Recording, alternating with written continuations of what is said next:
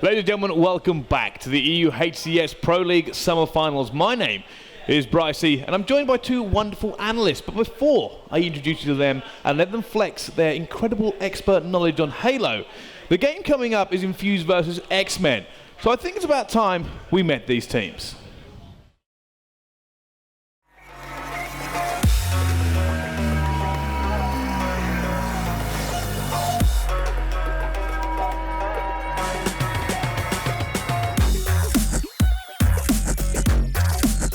Winning means everything to myself and my team. This is the main reason we play this game. Being titled the best European team means absolutely, it means everything to all of us. It's the reason we put all this time in leading up to it, and yeah, we're buzzing to show what we're made of. The biggest rivals this weekend on paper will always be us and Fab Esports, mainly due to the fact that Foxy left us to go join them, and we're going to prove to him that he's made the biggest mistake of his career. I'm a lot more confident than I thought I'd be, with the fact that these players always want to turn up. I've never seen people that want to turn up more when it actually matters.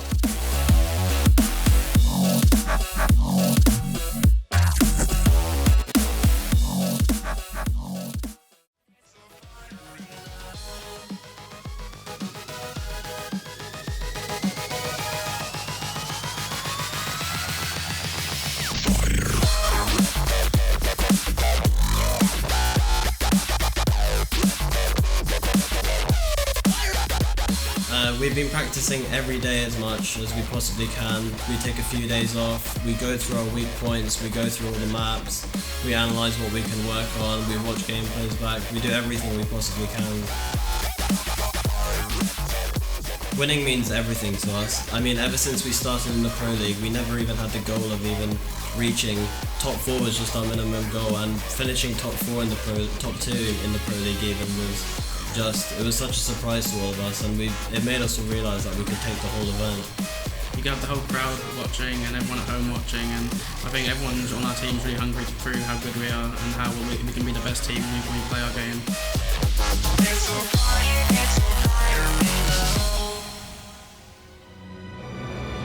Welcome to the arena, Team Infused and Xmen.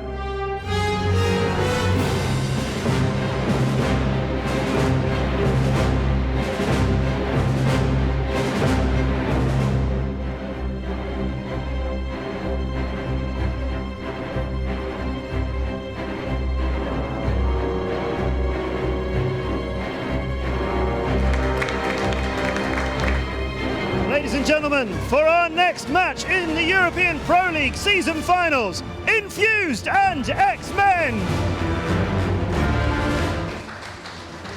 Yes, more fantastic Halo action coming your way. Teams, get to your places, but we'll have a chat with Doodle and Ramirez first. Gents, come up the front here. Hey, so, let's have a bit of chat about your performance this season, because I think it might be fair to say you've been a little overlooked. Now, what I mean by that is you guys are second seed. Fantastic result for you through the Pro League. We've talked a bit about how Fabi are completely undefeated. We've talked a bit about how Vibe made it through last minute into this. You guys, second, pretty much been there all season. Scoring, been a solid season for you. Yeah, definitely. I definitely think a lot of teams are banking us not being as good at the event. But I feel like people do forget how good we have performed, and if we do perform at this event, we definitely will minimum be the second best team. And you got a solid roster as well. You guys haven't been chopping and changing, you guys are just together, and it's working really well. So how's your preparation been coming up to the live finals? Just scrimming as much as we can, trying to play against Fabi as much as we can usually, because they're probably the best practice. I'm playing Xmen a lot as well, so we're definitely really well practiced turning into the event.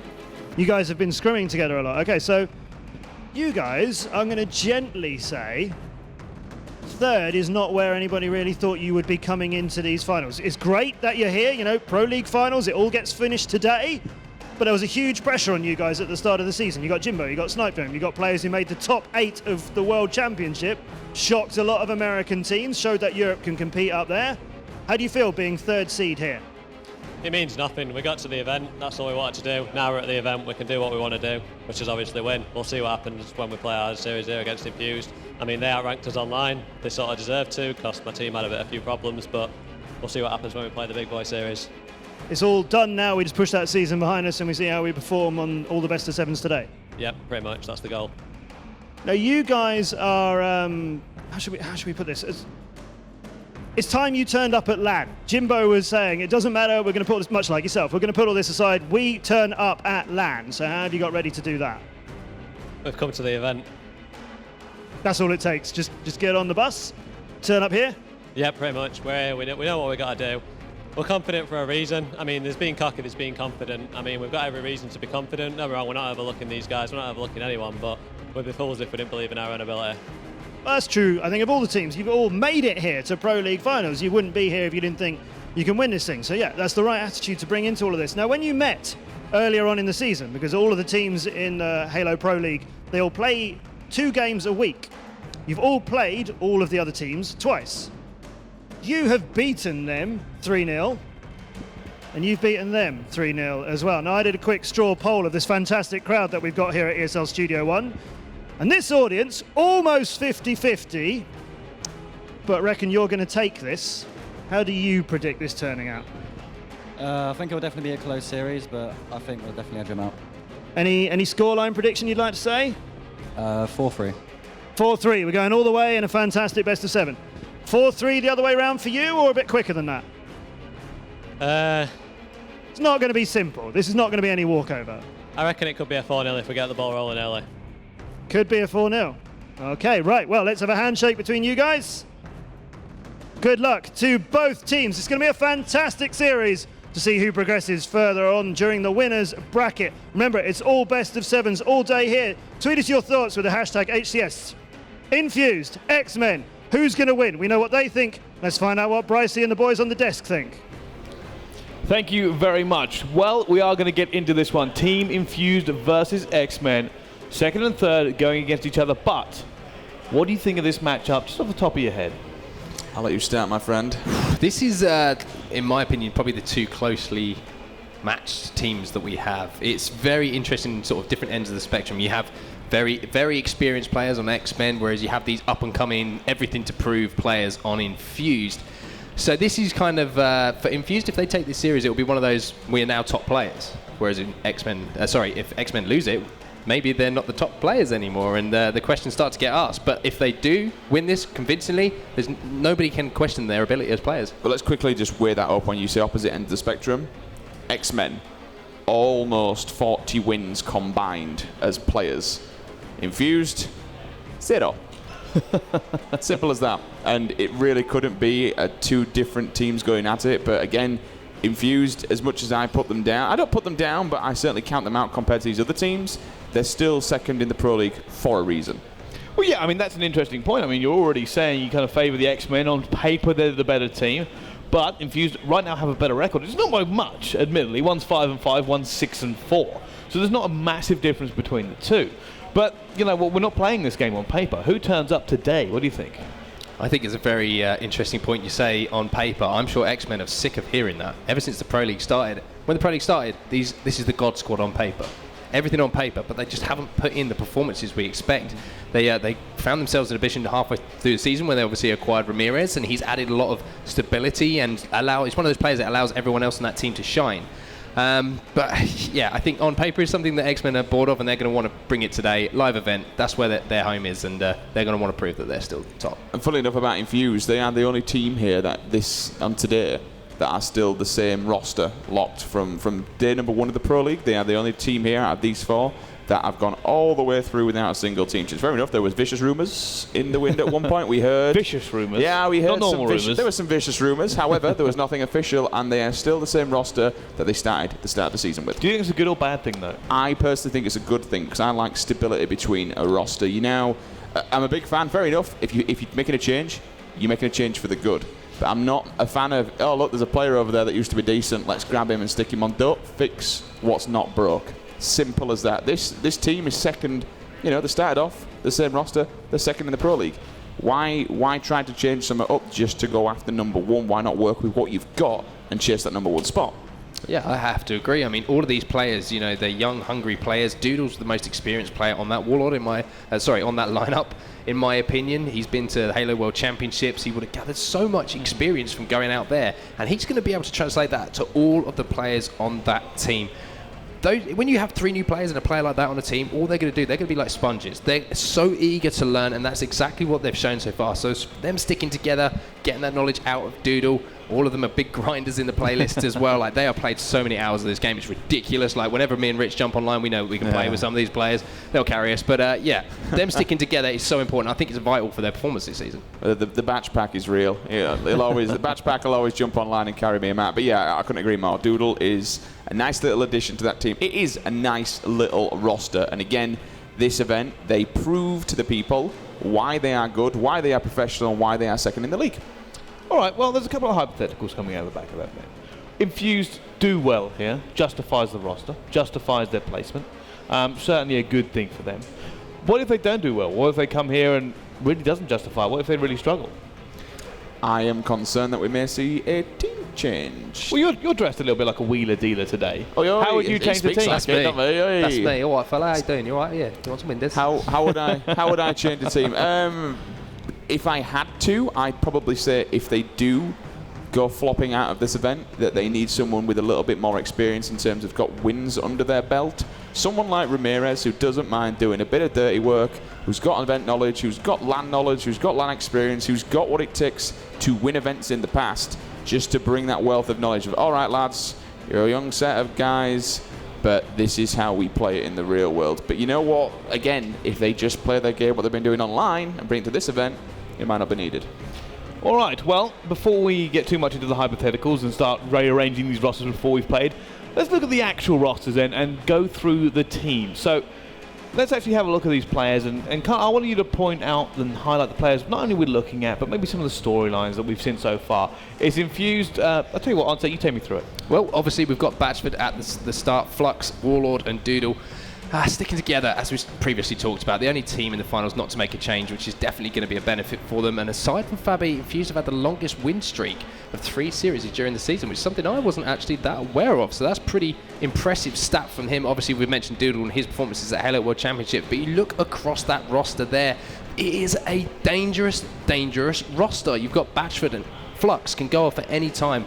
Warlord, again, he was one of the sneakiest players you will see on Halo 5, always in an annoying position and just being a nuisance to the opposition team. And then you've got the experience of Doodle, and we talked about, you mentioned it, the Ramirez type of player. I think Doodle is that type of player on this team. He is willing to do anything, any of the dirty work in order to get that win.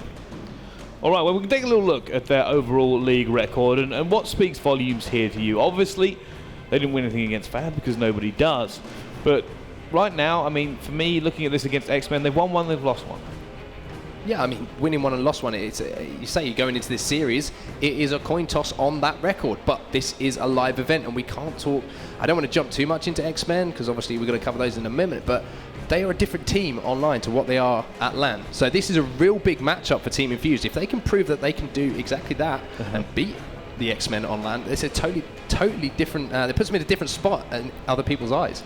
Yeah, I think it would change the reputation a little bit. It would cause us, certainly, to look at them under a little bit of a different light. And you know what, that's something we'll keep an eye on after the game. We'll have to have a look at how they played, where we actually benchmark them against everybody else and say, you know what, are they better here or are they better not? But let's move on now. Let's talk a little bit about their opponents, the Xmen. Sims, what do you think? When you look at this roster, Snipe Drone, Jimbo, Chalky, Ramirez. Chalky and Jimbo, both fan favourites over in the NA. I believe last time when we were playing H2A, Chalky, until one of the recent events, was on a 7 event spree of grabbing an overkill, especially over in the States when he did damage to them. Ramirez, that much needed foundation, a pillar within this team, the teamwork and everything that needs to bring it together. But yeah, the Jim Drone combo is as real as ever. These two always work in tandem. Snipe Drone will just bounce off Jim, off their map movement, off their map placement to get in the right positions. And as we kind of said before, it's very, very even. Obviously going down previous to their old teammates, the Dinosaurs, that was a bit of a kick in the face for them. I certainly think it was a reverse sweep as well, that match. That kind of put them down and was the point of, all right, boys, now we need to really make something change. This is where the team change came in during the team changes allowance. But, you know, you look at Infused, we're currently 1 apiece here. This is to settle the score, so to speak. Yeah, I certainly think so. I think it's interesting now. You know, they beat each other at some point. You bring it to the big event. You've got a best of 7. You've got vetoes as well going in there. Make sure that it's kind of a fair competition. You get your best and worst maps removed. So for me, I think, you know, this is a big thing, and I think a lot of pride on the line as well. Because although Infused are the 2nd seed and Xmen are the 3rd, everyone's saying, oh, Xmen should be better than Infused. Infused obviously want to prove that's false. Xmen want to prove that's true. That's a great point. I think, again, there's a lot of respect actually between these two teams. I don't think that people understand. Everyone seems to be ranking Infused as that sort of 4th place team at the moment. But I think you spoke to Ramirez, as you previously alluded to, and you said that Ramirez is not underestimating this squad. He knows how dangerous they are, and he knows if any of the players on that team take them lightly, they're going to lose. It is as simple as that. We did an interview with him on the Pro League when they actually were just generally getting people's feelings on the last Thursday of the general play. In his own words, we asked him about Infused. And, you know, Ramirez, again, you'd be stupid going into a game to think, yeah, we're going to lose this, or yeah, we're going to lose to these guys. You can't do that. But when we kind of look at what he mentioned, he said we'd be extremely stupid to not say they're good. It'd be very ignorant to underestimate Infused and say they're a bad team, because they're not. It's a nice little roster, and honestly, they're definitely capable of something this weekend. Well, I think that's the difference. I've said this before. Being a good team, there's no shame in being a good team, but you just might not be a great team. And that can be the difference. They're not bad unless you put them in the context of maybe playing an elite level team, maybe like Fab at the moment, who are so good. And you can look bad against them. And it doesn't make you a bad team, it makes you a good team that just isn't on that level. Well, the making of a great team is beating another great team. If you're a good team, you take down a team of so-called great players. We talk about all this on paper stuff, but you mentioned all the event wins. If Infused win this game, they have to be put into that bracket again. Just really, really quickly before I move into the veto system as such, when we look, the one difference you'll see between these two teams, and we saw it in Pro League again when they were matching people like Pulse Gaming, the people have Infused. When the game gets tough at the start, things escalate out of control rapid because they struggle to handle it. A team like Xmen will say, all right, boys, things are going wrong, let's fix it. And that is the one thing to watch out for on these two rosters. All right, well, you said it yourself. Let's have a little look at the vetoes now and see how this first map is going to play out. So, Colosseum taken away, then Stasis, then Fathom, which means we're going to be playing Truth to kick things off. Guys, initial thoughts on that? I think that Infused is going to be pretty happy with that, because Infused are pretty solid on Truth. Just having a quick look at Crosshair, we look at Truth CTF. Their record's actually 2 and 3, so they're not particularly good, but their VO percentage is down at 6%. So they obviously think this is one of their stronger game types, and that looks like a pretty good one for me for Team Infused. Look for Batchpack to be walking up to P2, getting out a tent, and then just throwing Doodle in there. Because time and time again, he'll either have a BR or a carbine, he'll take them, he'll let his teammates revolve around looking at the sword, camo, fuel rod. But you would just have Doodle, this anchor, this pillar. He will sit in P2 and he will not move. No matter what game type it is, he will lock down that entire, we say the 50-yard line. He will lock down that 50-yard line, but he will just watch the ramps and just pick people off and really be a nuisance and annoyance more than anything. And by doing that, you're kind of putting a lot of pressure on the opposing team, but you're also stopping any direct route through P2 or even P1 because he can see people below him. All right, well, I think it's interesting. I mean, to be fair, it is their pick. They kind of wanted to play this. So, yeah, I mean, for me, Infused, it's a great start for them. But let's actually have a look at all of the maps now, bring it up. And we've got the vetoes ourselves, so we'll kind of look for any patterns and anything to kind of point out for you. But let's take a little look at how this one actually plays out in its entirety. So you guys, my experts at Halo, can kind of figure out exactly where this one is going. Now, I do know the next map we are going to be playing is Plaza. Map 2 will be Plaza. I've seen both teams win this map. You keep reminding me of second-hand car sales. Oh, it's going to cost you. It's going to cost you. I told you. You mentioned that I was the salesman over I would say, and this is just me going out on a whim here, I'm going to say because there's a sniper rifle on this, I'm going to give this one to the Xmen, because when you look at Jim, when you look at Chalky, when you look at Snipe Drone, all right, credit where credit's due. Anyone Infused can pick up that sniper rifle and make it work, but Xmen, knowing what kind of weapon that is, they will be efficient at timing it, monitoring it, and more than anything, keeping it on their 50% of the side and just really setting up. Snipe Drone is, you don't put your name as that, you don't put that weapon in your title unless you're not only going to be good with it, but completely owning it, and I'd be worried for Infused on that map personally. Yeah, and we look at Plaza, those 2 games actually, it seems like, looking at the statistics, that Infused actually have a bit of a worse record on both of the game types on Plaza than the Xmen do. So that's actually going to favour them ever so slightly, in my opinion. But yeah, you've talked about Snipe Drone, and any map with a sniper on, you've got to give some advantage to the Xmen. So I'd say Truth Infused, Plaza, Xmen, personally. Okay. Fathom capture the flag. What do you think, Mark? Well, Xmen actually have a pretty poor record on this. They're 1-3, whereas Infused are actually 1-1. So that one seems to actually favour Infused, in my opinion. Xmen seem to be struggling on this map for whatever particular reason, and they actually have a 31% veto rate on that, so that's pretty high. It is a very super fast-paced map, as in, you know, there are a lot of kills and a lot of deaths on it. It's not something like Plaza where you can necessarily set up a full setup and kind of hold it down. You can't really hold anywhere down for long on Fathom, because with the sight lines and where you're looking from, you're either going to be in tree or you're going to be on top mid, and you're going to get shut down. So I'll go with you on that, and let's say 2-2 now. We're going into Game 5, the Rig Slayer. Well, look at the stats on Rig Slayer. Infused haven't played it yet in Pro League. Well, and what about the side of Xmen? They've played it once. And we're just going to go with that one then? And they lost. Well, so wow. On those deep, insightful statistics we've just provided there, it's a guaranteed Infused win, is it not? Is it? No. Yeah, of course it's not. We have no idea. The stats show nothing. Gaskin, you are meant to be Mr. Stat. Come You've on, let us down. Gaskin, you've let us down. All right, so let's get your initial feelings. And actually, you know, let's get full feelings. Let's put money where mouth is. Based on the maps, based on everything we've talked about and everything we've seen of these teams, Sims, give me a prediction. Xmen. Onset? Xmen, but it's going to go late in the series. Okay, I'm going to go with the Xmen as well. I feel more comfortable with them. So we're all in agreement here as well. It does look like we're all going with the Xmen, and I think that's more down to pedigree of players. Am I right? Yeah, experience is invaluable. 100%. It's intangible. Is there anything in the maps you thought may give an edge to either team? Young, aggressive player style of Infused. It could catch the old dogs off guard. That's the only thing, just the pure raw aggression of Team Infused. All right, well, we've broken it down. We've had all we've had to say here. It's time to get this game underway. It's going to be Infused versus Xmen. This time, it's brought to you by the 2 most handsome Halo casters in the world. It's Gaskin and Bravo. Thank you, Brycey. Far too kind. Bravo in the booth with Gaskin ready to get this match underway in just a bit. Dan, as you and I look at down those vetoes as well, we're thinking this could go towards the latter half of the series as well. Yeah, I'm thinking maybe something like a 4-2. Infused have looked really strong across the whole season, really, and I think we're overlooking them because of their inexperience, but we've just seen Fabi, who had a few inexperienced players, or a couple of inexperienced players, performing well on a live event, so I think Infused could do the same. Yeah, absolutely, and as we look at the series, it's actually not too different from what I'll even say we saw in the first Dinosaur series, where they were dominant right on those flags, and I think we're both expecting to see Xmen be dominant in those flags. The 2 plazas in the middle, of course, are an opportunity for Infused to steal some games there, but the first game is going to be CTF Truth, and I do believe we're going to be jumping into that in just a moment. Specifically on Truth here, what are you going to be looking for from Xmen? What's the difference maker?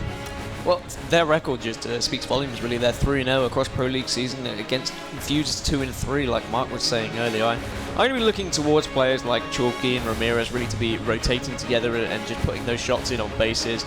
And then you've just got such talent from Snipe Drone and Jimbo as well. There's going to be a lot of duo battles, I believe, in this game.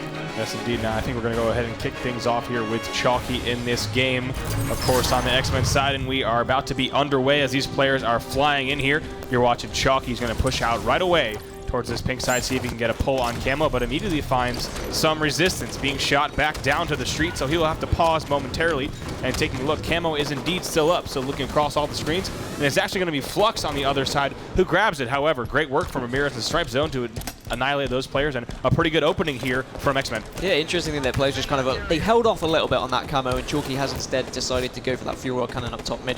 We saw a couple of players just ignoring Fuel Rod Cannon in the past few games, so I'm glad to see a player like in Chalky's caliber grabbing this weapon, and the kills look like they're going towards Xmen right now. They've got a bit of early control. If they can kind of push forward, get a few more kills, they might be able to get an early flag pull here. Yeah, that's going to be a Snipe Drone who's all the way back at his base. He's going to be able to pull that in, so that was a Jimbo-assisted flag run. Jimbo brought a pink 1, challenged but was unable to finish, and it's going to be Stripe Drone who closes. So on board now with Stripe Drone, Xmen up 1-0. Yeah, nice easy flag pull. Like I said, they just got a lot of early kills. They kept Infused under control, and at the moment, actually, Xmen look pretty invincible. They're just cleaning up everyone that they see. Snipedrone doing some fantastic work with shots, getting the double as well on Flux there. It looks like there's even a third player weak in the base. We'll have to go ahead and take a look in just a moment, but still on board now with Snipedrone here as he's pushing in. And it looks like Xmen is indeed keeping up that pressure. I have to say, you wonder, was that the right play out of Infused to try to force that camo early on, because it obviously cost them? Yes, I think that's why Xmen left it as well. We saw a couple of Infused players push towards it. They died. Flux did get it, but he got taken out as well. And now I'm loving this control of the map from Snipedrone as well. Just sitting patiently in that bubble, controlling the spawns, blocking the spawns, and now he is just waiting to find the Infused players spawning under that base. He can't quite finish off Batchford though, but he will be able to pull this flag and continue running it towards the base. And interesting if you ask me that we didn't see Ramirez take the pink 2 route, right? Because he might have stayed alive if he had done so. However, he's now bringing it in. It looks like they're also going to be trying to tee up that return. Potentially, if they do, they will go up 2-0. However, Snipedrone falls as well. So over to the other side now with Infused is going to be Flux, who's making a push from his base, but they've got the return, so that should be an easy cap. Not just yet. Let's see. And that is, yes, indeed. Xmen goes up 2-0 there as they force the second one home. Yeah, it was a nice attempt from Doodle, just jumping in that base, making sure he got the kill on Snipedrone, but unfortunately wasn't enough. Infused, they really just need to try and get some control of this map. At the moment, they seem to be all over the place, but Flux has picked up the second camouflage of the game, so I wonder if he's going to be able to do anything with this one. Right, certainly if he plays his cards right, they might be able to do something, but take a look at their team composition right now. They've got 3 players in the enemy base with their flag out as well, so lots of confusion across the board. Of course, Flux is going to want to stay alive here. Finds 1, that's Chalky. Might find 2 on Snipedrone. Yes, turns 2, but he will be taken down as well. So now over to Warlord, who just picked up that sword. Yeah, big double there from Flux. I like his patience with the camo. He did pull the flag, but he said actually that would probably be a waste of my camouflage. Infused need to kind of calm down at the moment. I think they're a little bit hectic. They seem a little bit panicky about their play, but Warlord has got the sword. He will be able to run this flag nice and quickly. If he gets the right support from his teammates, which Flux is doing well, this could be 2-1. And looks like, yes, indeed, I believe one of those players is going to bring it in, and Infused answers back, getting their first flag on the board. Now 2-1 still in favor of Xmen, but like you said, Infused now taking some form and showing some shape. Yeah, they're pushing a little bit better together now. They do have the control of the carbines, the battle rifle, and they're pushing around. I mean, just having the sword as well in your back pocket is always going to be good for Warlord here. He just needs to push with his teammates. He needs to coordinate well.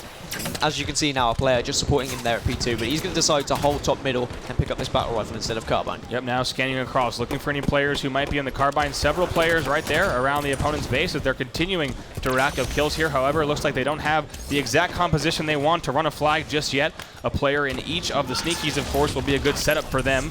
It's going to be an easy kill for Warlord, but due to the fact that he did receive a melee as well, he's going to have to delay further in the flag grab. Yeah, nice just dodging and weaving there from Warlord. I think he thought a player was in the base with him on the radar, but was actually below him under the base. He is going to try and pull this flag now as well. But this is good work from Warlord. He stayed alive for a couple of minutes now, and he's communicating well with his team. You can clearly see that as he's just finishing off everyone that spawns. Eventually, he is taken down. Yes, indeed. I want to go over to Snipedrone because he's actually doing the same exact thing on the other side of the map, right? He's trying to get, that's his own side of the map, getting that return right now as he's able to get that, and looks like Xmen will get an easy reset right there. I'm also scanning across to see if we do have any players here. Yes, camo is up, so now I'm going to keep an eye on that, and looks like Snipedrone. I'm not sure if that was a burn. I got to look across. Looks like, yes, that was a burn of the camo. So Xmen and Snipedrone continuing to do well to monitor that camo time and immediately neutralize that threat. So we'll stay here at 2-1. Yeah, it was a burn, but it was Flux again just pushing towards that camouflage. Clearly, he's the man that you're going to be looking at to be timing those power-ups and those power weapons as well, but unfortunately he was taken down by Snipedrone.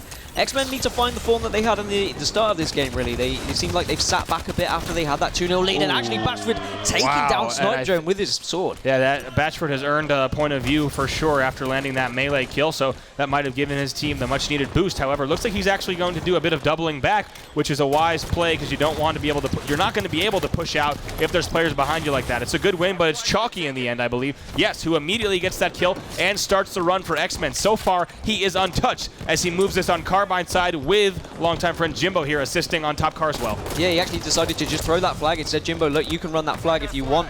It was a nice spawn actually from Jimbo, but the flag has been taken out by Infused, and no one's picked up the flag just yet. There it goes now, and now Chalky just needs to be careful and watch out for these spawns. Going to go ahead and show you these flag carriers. We got Jimbo going from bubble all the way back in, but his flag is out, but I believe it's actually Chalky who has found him and that was Doodle at pink 1 who's been down. So I do believe we're going to see possibly a return in just a second as we scan across. No players on Infused are in a position for a touch just yet, and it looks like actually Batchford is going to be the player rushing out to get it. So we will stay in the flag stalemate. Yeah, we've got this standoff, and now we'll see which players decide to be the aggressors and who's going to be on the defense. Jimbo obviously sitting with the flag, a solid player with it. He's got Carbine in hand as well, so nice defensive approach. But Flux is approaching from this Carbine side, so they do need to be careful. What I've noticed from a couple of the teams is they do like to sit back, wait until they get a kill, and then they push out aggressively as maybe a 2 or 3. That's right. I'll give you a look at that other flag carrier as well. It's going to be Batchford sitting in your traditional area. Picks up a nice flag kill on Ramirez there, long distance into the pink window. But, of course, Infused is a team that has to play this a little bit differently. If you're on Xmen right now, you can be a little more aggressive in your attempts to rush out and get the return. Infused does not have that luxury. They don't have that pillow. Should they let up a flag, of course, they will lose the game. But this next camo could be a deciding factor. I believe it's another burn from Snipe Drone. So this time it's Xmen getting the burn. Yeah, they did get the burn there, and nice perfect there just to make sure that that fuel rod cannon gets taken down from Chalky, so he won't be able to do any damage. Ramirez is actually caught in the bubble there as well. He was trying to sneak around, but I think that's kind of says a lot about both of these teams. You've got players on either side that like to be the flankers, especially someone like Warlord. I'd be expecting him to be making the move to try and take this flag down. Yeah, I have to say, really nice work from Batchford to avoid any grenades that are coming in. Surprised, though, he had 3 grenades just now. He could have tossed a Ramirez in the bubble, but he actually didn't toss. Potentially a tactical decision to wait for even more difficult times that may be ahead here, but looks like he is receiving some pressure. I believe he's going to have a player still pushing in above him, so it seems like Xmen is now really trying to force that return, but we want to go off of his screen to show you exactly what's going on that push, and I believe it's the other side who's staying alive. Let's see. Actually, Snipe Drone was taking down, so now we'll go over to Doodle here on the other side, who does have the fuel rod in hand, of course, which could play a big role in resolving this flag stalemate. Yeah, Infused were on the defense for a little bit, but they got 2 important kills. Doodle's now found a fuel rod cannon as a little bit of a present, gets a nice headshot there on Chalky, and he will now push in with his fuel rod cannon. There is another one coming up as well. He's looking across, great shots, and actually Batchford finishes it off from the base. Yep. If now he can get this kill, they might be able to push in and get a return here. He needs to go, make sure that nade doesn't catch his teammate, but you're absolutely right. He needs to go right now. Finds 2 in the bubble spawn as well. Really great shots here from Doodle to continue to push the enemy team back. Let's see. Doesn't look like a return just yet. Might use the stabilize, but that does not tee up as he wanted it to, so he's going to have to reset bottom, middle, front base. Once again, eventually taken down, though, and my goodness, I thought Doodle was going to have that return right there as they pushed in, but flags are still both away. Yeah, it was good shots there from Doodle, but he just seemed to get a little bit unfortunate with the spawns that were around him, and he couldn't finish them off. He ran out of fuel rod cannon ammo as well, as Infused are slightly on the back foot, and now we will see the kind of attack come out of the Xmen in the form of Jimbo. He's kind of just going to give word to his teammates of where that flag is and just sit back, and now he's going to grab the flag, and he's going to be the anchor point. All right, now we'll keep an eye on Jimbo, but we want to show you what's going on the other side of the map. But just as quickly as I say that, it's actually Snipe Drone who is taken down immediately. So we'll stay with Jimbo as he's now making the aggressive push. And finally, we'll see a camo. Keep in mind, last 2 camos have been burned, so they have been ineffective. But this could be the first camo in several minutes that could be a big playmaker and piece of this, especially when you have the fuel rod in hand as well. Here comes Jimbo. He wants to end the game now. Yeah, the sword was also up as well, but he has decided to go for the fuel rod. Jimbo's in a fantastic position here now. He can be a sneaky little beaver. He will probably take out Flux with a nice shot there as well, but he's looking around and he can't actually see the flag, so the flag is hiding at the moment. He has no, actually, I believe we have, it's Batchford who was front base, so it looks like he's going to kill them, but let's see on his team if there's anyone here. I'm going to go to Chalky now. They're going to try to get this return. He needs to win this battle right here, and he might be able to, but he's going to face a lot of resistance from the opposite side of the map. Of course, Infused has the pressure on because they absolutely need to get this touch. Doodle's trying to make it happen. Looks like that might be it. Flag, I believe, is going to go in, and in any moment, yes, indeed, Xmen close out game number 1 with a score of 3-1. Fantastic there from Chalky, almost getting a triple kill at the end there. That's just the pressure that Xmen needed. They waited patiently. Jimbo was just anchoring in the base, and they took their time. So, yeah, fantastic. And I think, Xmen, what they did right there was they played that advantage. They knew that they had a little bit of extra time, but we'll go ahead and take a look at the stats here, which are now on your screen as we switch over. Looks like we'll try to pull up the kills and deaths across the board here as we switch over. Maybe take a look at Batchford. But, I mean, what I saw was Xmen played that really, really wise. And they knew that they had the extra little bit of cushion to be able to actually push out like that, right? So here we go. We'll take a look. I believe as they were just switched over, we'll pull up the stats again. But Xmen, they knew they had the extra cushion, and they played those last pushes quite wise. 21 kills from Batchford as well is what I saw. Actually, he did some real 21, work. Yeah, 21 and 10 from Batchford. We can right there if we want to go ahead and pull up this stats screen on Snipe Drone. As you see, 19 and 22 from Flux on the other side, but you also did have Chalky there with 19 and 15. pretty good stats. Yeah, and I just think it was a solid performance from Xmen all round, actually. There we go, the stats are finally on the screen. 16 assists from Snipe Drone. Not usually what you'd expect from Snipe Drone, actually. They're kind of known for being the main slayer, but across the board for Infused, not much assists there, so you suggest their shot wasn't kind of on par with the Xmen's, but Xmen just came out of the blocks so early in that game. I was expecting a nice quick 3-0, so Infused did well to respond nice early. Also got to look at the damage dealt. It looks pretty even across the board, everyone really from the 2100s to the 2800s, but it's surprising to see Warlord there with only 1300, potentially using a little bit of a more sneaky strategy, but at the same, go ahead. The thing is with Warlord, he is one of those players who likes to get behind, and if the other team does know that, they will try and single him out. They will make sure they're ready for that flank. You saw a couple of players from the Xmen that were just anchoring in their base and they were waiting for Warlord, so he wasn't given the opportunity to do what he does best. Yeah, absolutely. Now, as you see, also a few, of course, power weapon kills coming out of Ramirez as well. It looked like both teams had, I have to say, just as we look ahead in this series, it looked like both teams had pretty good grip on the camo times. That they were contested and burned several times back and forth. So that could be a sign of good things to come for a very even series up ahead. Typically you might expect a team like Xmen to have a real grip on something like that.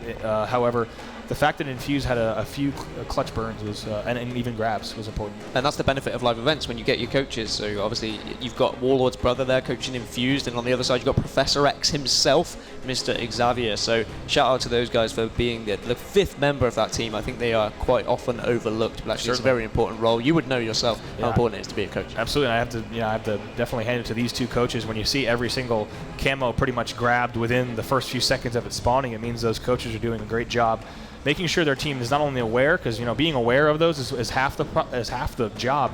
Actually getting your teammates into positions to contest and control and grab is a very different story. So far we have seen that Xmen win. They are up 1-0, as you see on your screen, over Infused. And the next game we're going to be going to is TS Plaza. Right now you have that as potentially a game that Infused could steal to tie the series. Yeah, Infused have a relatively good record across Pro League. They're 2-1, so it's a solid game type for them. Their veto percentage only 14% as well, so quite low. On the other hand, Xmen have only played it once. They did win it, but it's one of their highest veto maps, so you'd like to think that this one would favor Infused, but you never know with these vetoes whether they're trying to just single out particular teams. Exactly, yeah, that's exactly it. So, we'll have to see exactly how they play this. I haven't had a chance to see as much Infused games as I'd like. How do you expect them pace-wise to play this map, of course, because it's a map that can be played from a variety of different points and speeds as well? It's a good one because actually across the season Infused have tried a different kind of play styles. Originally they were being very aggressive just because of the nature of their players. They are kind of very individual, but because they've grown as a team and they've really developed as a four, they've kind of found more structure in themselves and they've kind of slowed their game down, which actually I think has benefited them a lot. They're reluctant to make unnecessary pushes. They don't want to take too many individual fights, and I think that's fantastic to show that kind of patience from such a young squad. Yeah, yes indeed. We'll have to see if they can execute on that. Of course, on the other side, Xmen going to be looking to continue pulling off some wins here. These players are now loading in, going to be ready to jump in just a moment. You see some of the stats from that first game scrolling across your screens, but in terms of their Plaza Slayers here, what kind of records do we have? Yeah, so just 1-0 for Xmen, but you're going to be looking at kind of your snipe drone here. There is a sniper on the map, and he is just fantastic. And it feels bad because Chalky is one of the best snipers in Europe as well, but now he's on a team with snipe drone. He's kind of had to take that back foot, maybe play more of a support role, maybe just play more of a rifle kind of role. But you can trust any of these players with a sniper. I know a lot of people say, Ramirez, he's just kind of an objective player. I don't even agree with that at all. He is absolutely a fantastic player. He knows exactly how to use every single weapon. We saw him put up some ridiculous stats in the last few weeks of Pro League as well. So I'd expect the sniper to be confident in any of those hands. Certainly. Looking forward to seeing which one might put on a show. I mean, yesterday we saw some pretty crazy sniping sprees, whether it be Plaza or Coliseum as well. Looking forward to seeing another show just like that. So your game 2 is going to be Slayer and Plaza, of course. 12 minutes on the clock, 50 kills to win. And really it's going to be all about controlling these power points on the map. Of course, overshield on your screen right there. Watch for players to be going for that immediately off the break. And of course, the opening rush really will depend on exactly which team can land those key shots. Who do you want to start things off with? Yeah, I just want to see what Snipe Drone does. I mean, you'd think he would head towards the sniper, but you never know with these guys. Xmen like to just switch things up. They don't want to be too predictable against this Infused side. All right, now let's see. We'll get that camera fixed there, as you do see Chalky and Snipe Drone's POV right there. So we'll go ahead and switch off in just a moment. But we'll see on this rush here exactly what's going to happen with this sniper rifle. It looks like it's going to be able to stay alive is Snipe Drone, so it's well done Now we'll go ahead and take a look. Oh my goodness. As we're staying on board with him. Chalky getting all the credit for Snipe Drone's hard work right now. Yeah, the Chalky phase actually is Snipe Drone, but I mean, this is what I was expecting. Just being able to pick up that sniper, doing some absolutely disgusting things. And what you will know about Snipe Drone, he is actually unfortunately taken down. He's very good with his movement with his sniper. He likes to move around. His team will kind of play around him when he does have that rifle in hand. That's it. Jimbo is taken down. So now we'll switch over to Chalky, who's the third player across on the X-Men side, as we did have 2 players down for each team. So now we're tied up here at 4-4. Of course, Chalky's able to grab that storm rifle, which is going to allow him to really watch his own back around the sniper area, which is often very difficult to do. A variety of flank routes do exist, but it's going to be Jimbo with the sniper rifle. So in just a moment, we're going to give you some eyes on that to see exactly if he's... Yep, and we'll go over to Jimbo now as Chalky's taken down to see what kind of sight lines Jimbo can create here as he's going to try to connect. But keep in mind, his team needs to be set up in a proper position for him to really make this spot count. Yeah, it doesn't seem like either team has had a chance to really set up. It seems a little bit scrappy, which actually I think would favor Infused. I know they are very well structured as of late, as we saw in the last few weeks of this season, but against a team like Xmen with the amount of experience it has, you just want to kind of not let them kind of sit in their comfort zone. You want to get them out of that and try and get them all around the map. Oh, the slide! Unfortunately, the slide comes out perfectly there, and Jimbo can't quite connect, but he does get the no-scope, turns around, can't quite finish off Doodle, goes for the ground pound. Jimbo actually the ground pound king. He is, and if for those who don't recall, Jimbo globally, shortly after the first few weeks of Halo 5, was actually the leader in ground pound kills in the entirety of Halo 5, which was kind of a surprise to us. We had no idea that he was putting on such a show. But now we'll go over here and switch over to Ramirez now on the X-Men side. They're down 9-12. And I think it's important to look at Ramirez a lot as well, because a lot of the things that he does is very important for his team. The positioning he takes, he needs to be careful he doesn't lose this battle, but he does actually finally take out Warlord. He's one of these players that will rotate accordingly and make sure he's supporting teammates at all times. That's right, and he's going to be pushing in on this tunnel as well. He has 3 teammates here. Keep in mind that we also just saw Snipe Drone with that overshield as well, which is going to allow them to possibly gain control here as they try to make this bold cafe yard push. But they're pushed back a bit because they lose 1 player, and of course, whenever they try to do that, they're going to need to reset a bit and be a bit more strategic. Interesting that Infused they have the lead, but they've had to back off into yard, and actually they kind of held the fort a little bit well. X-Men tried to push into there, but Infused got a couple of kills when they did do that. Chalky now has the sniper rifle in hands, and I really want to see one of these players go off, because we know they can, but the plasma pistol coming across the map to take him down. Yeah, it takes him down with ease, so Chalky's going to have to reset along with the remainder of his team, but going over to Warlord now, who's watching that sniper rifle tick down, 1 second left. And as you hear, sniper rifle is up. So Infused now with the lead. Trying to hit a body shot is Warlord, but he's going to be pushed back just a bit. But oh my goodness, and teeing up shots like that is going to make it easy for his team to kind of cycle around the map. But it actually looks like he has something different in mind. Warlord's going to stay at the sniper area. And it looks like he may have even juked the opponents. They're not sure exactly where he went with this rifle. Yeah, Warlord needs to be careful now. He knows there are a couple of enemies around. Hit a fantastic shot actually as a player was stabilizing up there over at yellow, but he will get the body shot on Ramirez, but Ramirez does have the storm rifle, does eventually take him down. He just needs to be very careful. We will be having word with his teammates, just saying, look, give me backup, you know where I am, and as you can see, teammates just sprinting over to him there. Oh, what a great job. You saw him, Doodle was the only player at Snipe with Warlord right there, and he's able to stay alive by dropping down and doing a bit of juking now. They'll maintain control as well. It's actually 2 snipers as well in the hands of Infused, so they could really make this count. I'm not sure how much bullets are in the hands of Batchford as Warlord hits another headshot on Snipe Drone. Fantastic work from him right now. I think Batchford actually only has 1 bullet, so it is just the 1 sniper now from Warlord, but Infused are starting to control this game. They've got a 5-kill lead, and X-Men look like they're starting to struggle a little bit here. Yeah, I'd love to get a listen-in ready with the Infused side, as like I said, they do have control of the scoreboard, and right now, momentarily, the map as well, but this overshield is going to be a very big factor. I think he even connected with that, but he is going to be down, so let's go see exactly where this overshield ends up, as we'll go now over to Jimbo, who's going to be over here. I'm trying to see exactly where that OS might have gone. I believe it was a Snipe Drone grab, top mid. You see him across your screen. So now here is Snipe Drone trying to push in 21-25. We're going to get that listen-in with Infused in just a moment. You want to head into it? Yeah, let's head in and see what Infused have got to say on this map. All right, here we go. Here's the Batchford. I'm nading it. Let's go, one shot yarding, you're allergic, join in yard, guys, in yard. They're pushing yard really hard. Already in yard, yeah. Absolutely in yard. Stuart's going, I'm on loop. I'm probably going to spawn out. I got 1. Nice. Bottom driveway. Is he going to him? He's 1 shot in the soda. Nice run. Shit, guys. Who did? Nice. One sniper. Yeah, I'm getting dying. One's behind Stuart. Yeah, he's in like glass, I think. I can go. I've got SMG. Yeah, he could be MR. I should say like, what? 6:30 or? Yeah, 6:20. What's in dip as well? In dip, guys, in dip. Shoot, we have 2 guys in dip. One more, Jimmy, wait. Another one. There's one sort of. There's two. There's two with blue. There's two with blue now. Nice, your last guy, look, blue. Just run. Nice. Chasing you bottom middle. Yeah, he's on U-turn right now. One guy's on U-turn. One's in gold ledge, one's in U-turn. Right, snipe in 30. Gold ledge, yeah, you sure? Because you guys peek gold ledge for me then. This guy's solar, choking. I can nade him. He's down by the silo. He's down by the silo, choking. Can you guys peek gold ledge? Hey, one gold ledge too. I'm watching driveway. I'll push out with you. He's in goal ledge, wait, give Jim a wee goal ledge. Pushing out. LR as well. Come back. He's in front of LR, Ryan. Sniping 15. Ryan got out, Ryan. Watch right now. Stay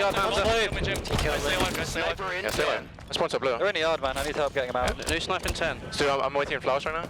New snipes going. We should play blue ramp. Yeah, good communication there from Infused. They actually got backed up into yard, and you could see them just kind of saying to each other, look guys, I need help, can you peek this corner, can you peek that corner, snipers coming up. So they know what they need to do, but now Xmen are back into this game. I was going to say, during that listening, we kind of slowly saw them creep back, and you even saw Warlord unable to finish a few of those kills, which has got to be frustrating for them. So now a much closer game, but here we are, bookending that listening, our two Infused overshield grabs. Excuse me, I believe Snipetron had that last overshield, so these two teams have traded with overshields. Now Warlord of Infused trying to make something happen here, but Snipetron being very sneaky, sprinting, thrusting, and sliding across the bottom, but we're actually seeing some good signs of life here from Infused as they make the push. Yeah, good push now with the overshield. Warlord doing great work, just communicating with his team, saying, look, now I'm going to push into yard. If you support me as well, we'll get some important kills. Double kill there from Warlord as well. He's unfortunately out of the overshield now, but he will lay down some shots across the map. And good shots, good discipline to stay alive just now, watching the back, but watching that hotel spawn, they obviously need to watch for players pushing up towards Snipe, but he's going to make a top mid run now. SMG and light rifle in hand.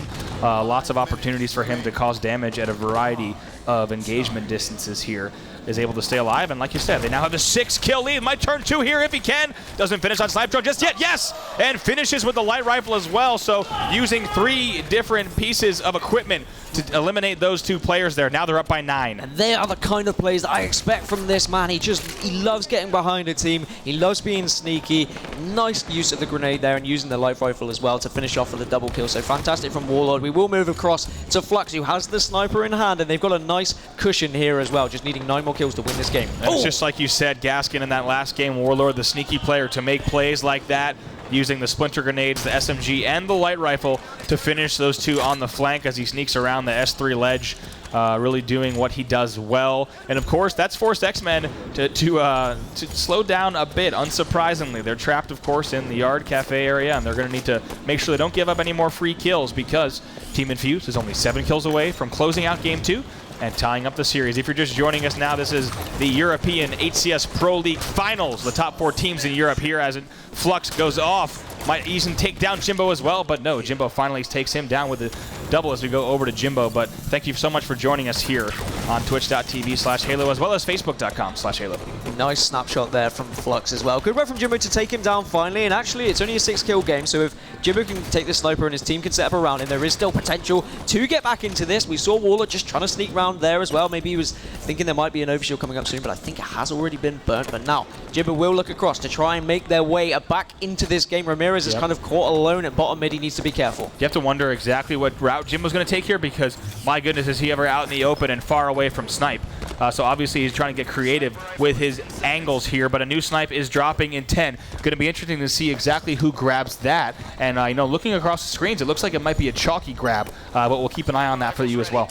Yeah, Infused just seem to have backed themselves into a corner a little bit. They're trying to slow this game down, don't want to give away any kills, but they are giving up the map, and that could be 2 snipers. Yeah, I'm going to show you both snipers now. You have Chalky here, who's sniping right around here, taking a look at that glass angle, and then once again back to Jimbo, who's right here around Priya. So, oh my goodness, and this is what's dangerous. Like you said, you don't want to turtle too much when you have 2 players with snipers peering into these sight lines. If Infused wants to do this well, they need to almost show no angles and wait for the enemy to make a mistake. Yeah, Infused might just kind of be playing into the hands of Xmen here, just allowing them to push in. What I would really like to see is Infused just kind of bite the bullet and say, look, on 2 minutes, we all push out. We try and get a couple more kills. There's one for Flux on Chalky, important for that. Oh, he gets 2 actually. Flux gets 2 as we go over now to him, and he's on the push exactly like you had requested, Gaskin, 48-44.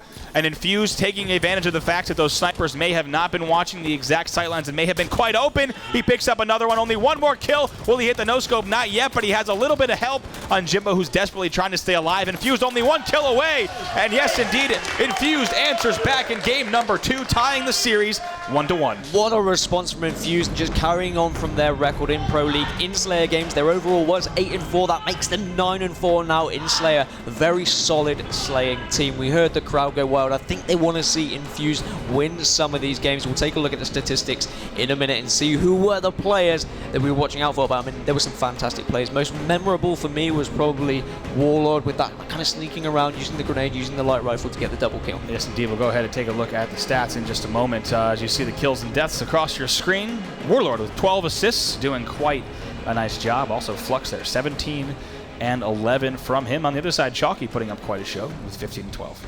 Interesting that at the end of that game they did turtle in, but like I was hoping, they kind of just they waited for the right moment. I think after they noticed that the next sniper had been picked up, they said, look guys, we can't just sit here and just be sitting ducks. And that was when Flux took that time and he just pushed out and got a nice double kill as well, and was rewarded with a sniper to be able to finish the game off accordingly. Great answer back from Infused. They're back in this series. They're answering their critics. They're saying, look, we're not an online team. They've just beaten the Xmen. The Xmen were arguably the team to watch before Pro League started. They have got 4 of the biggest names Europe's ever seen. That's right. As we're taking a look once again, Warlord, you got to say, with those 12 assists that he had, also going positive, I believe, at 10 and 8. So quite nice work, not only on those flanks. You expect those flankers, of course, to be getting those kills like he did, but also doing quite a job with team shooting.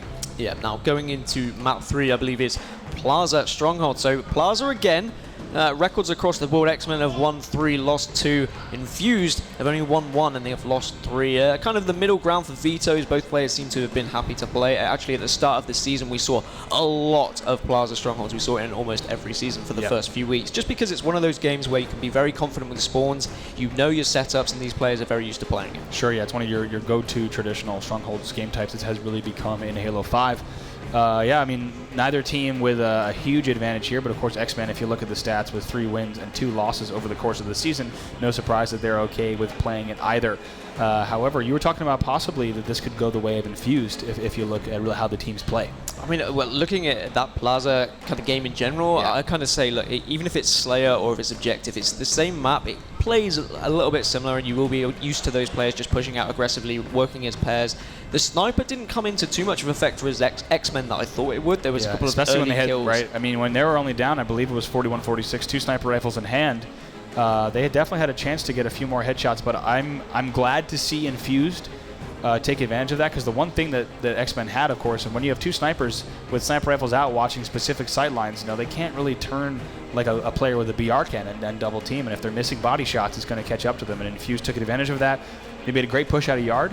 They got straight to snipe, and they won the game. So if they can play this game with that same aggression, because you can bet that Xmen is going to have a great setup at least at some point throughout this game, Infused needs to take that same philosophy, pause for a second, and push out together. So we do have the veto process on screen. So actually, Infused banning Eden, Xmen banning Rig, and then Infused banning Empire. And I'm not entirely surprised that we did end up with Plaza Strongholds. Xmen actually 0 and 3 on the Rig. They vetoed it 56% of the time across the Pro League as well. And looking at Infused as well for Eden and Empire, both really tough records for them. 1 and 2 on Empire, 1 and 0 on Eden. So that they're high percentage vetoes as well. So if I had to have looked at it before, I would have expected this kind of Plaza Strongholds game, because it's just a safe bet for both teams. I think it could go either way.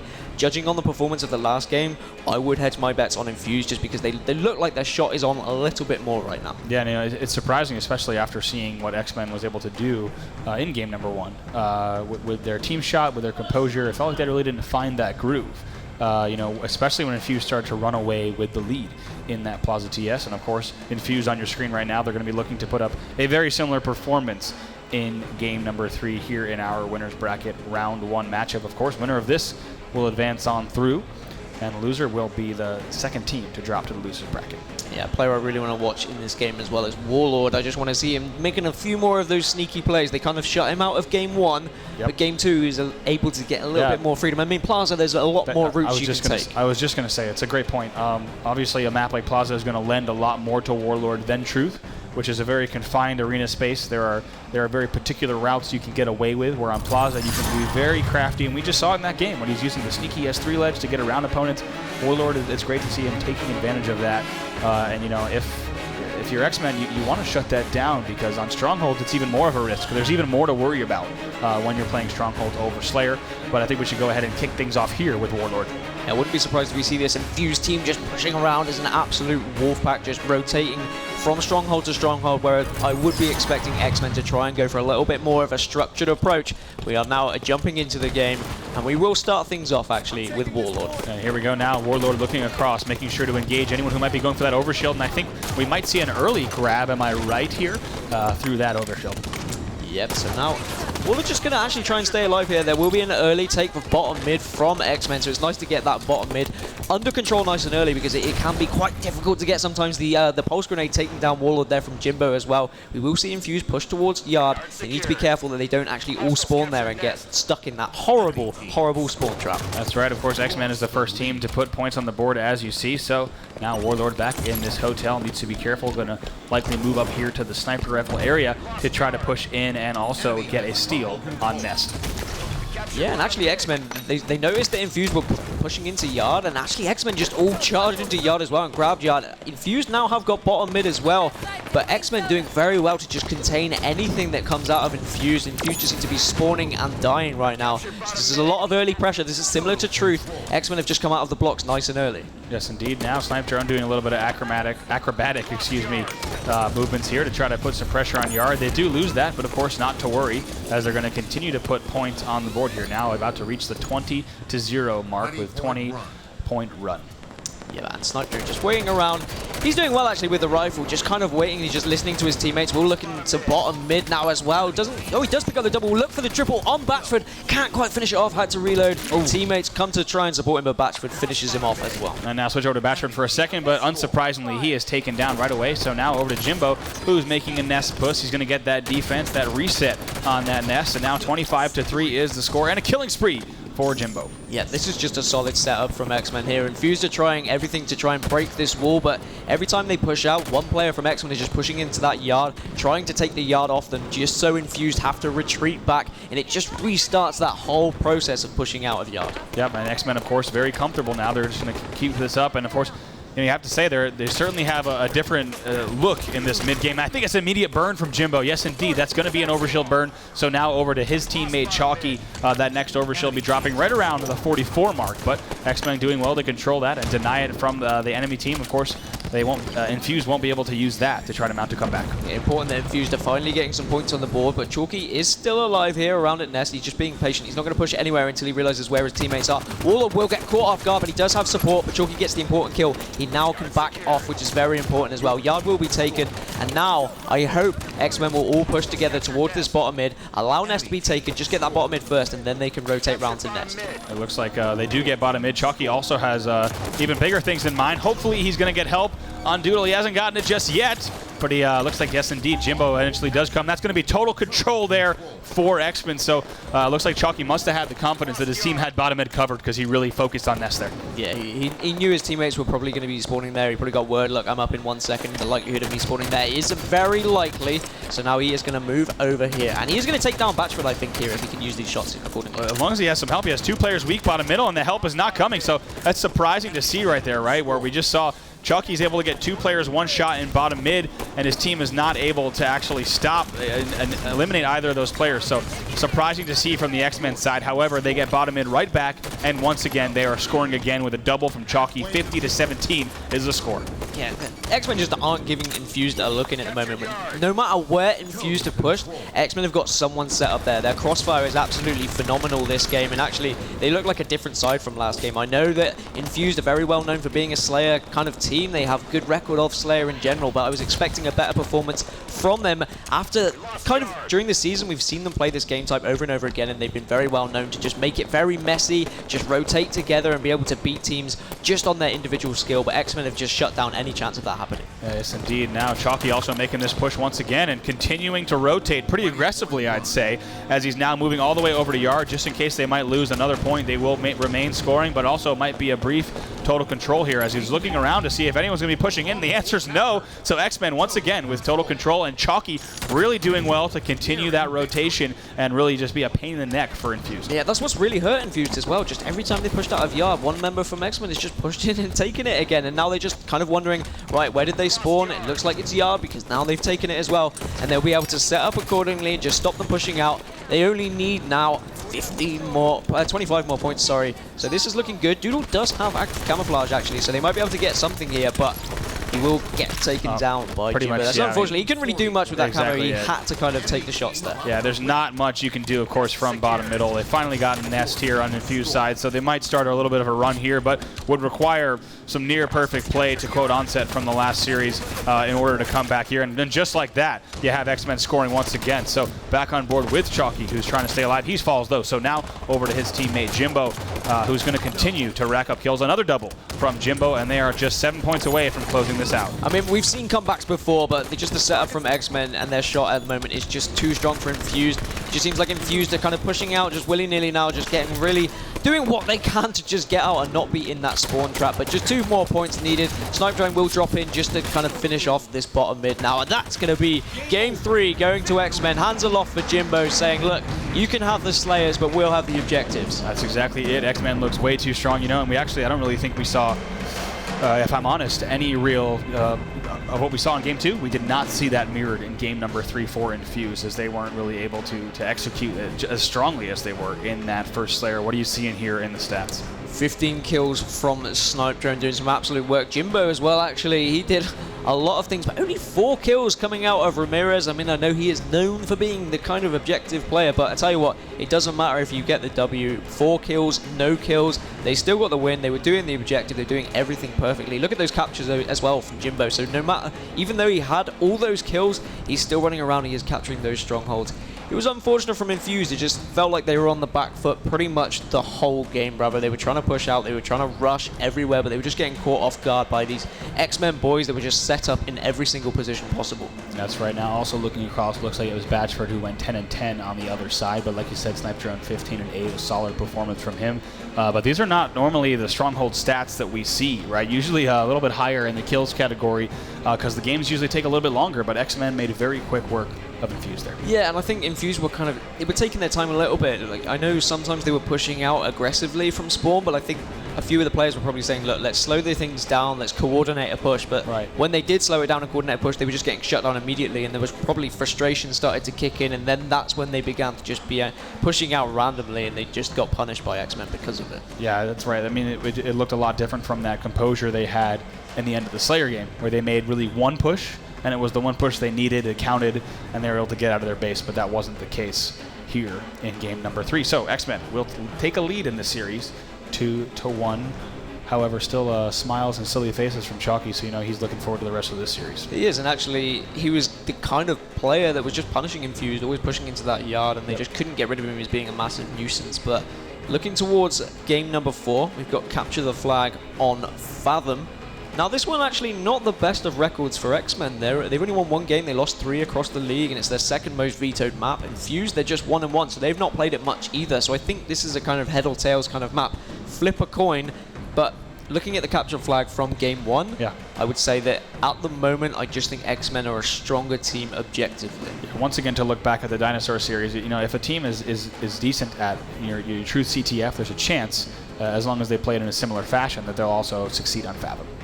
Yep, so the Stasis veto actually coming out from Infused, which it surprises me. They've got a good record on it. They had only vetoed it 6% previously, so one of the lowest vetoes. They were 2-1. And then Coliseum ban coming out from Xmen, which again actually surprises me, because Infused have never played Coliseum in Pro League.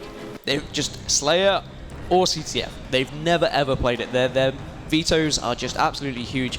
However, Xmen's Coliseum flag is 3-1, and they've never vetoed it previously either. So it doesn't make any sense at all. So that is crazy, but they must have looked at it, maybe in an offline scrim, in a scrim that wasn't in Pro League, they might have lost to Infused with. That's something that we haven't seen, so that's clearly an interesting veto, and we will end up with Fathom. And actually, I'm happy. I love Fathom Capture the Flag. It's one of my favorite game types, but I do think it's going to be kind of a flip of a coin. I think Infused need to wake up a little bit after that game 3. They looked hot in game 2, but they just looked like they were under too much pressure on that Plaza Strongholds. Yes, indeed, and of course they're going to need to, not really take a breath here as we head to game number 4. They cannot let Xmen get off to the same start that they did in the Strongholds map, right? They really need to turn this around. They already know what they're up against. after that CTF truth. So Infused needs to do a bit of a reset here to get ready for Fathom CTF Hour Game number 4. Players are loading in right now. I think actually, I'm getting confirmation that Xmen did ban Stasis and Infused banned Collie, which makes a little bit more sense because Infused have always banned Colosseum.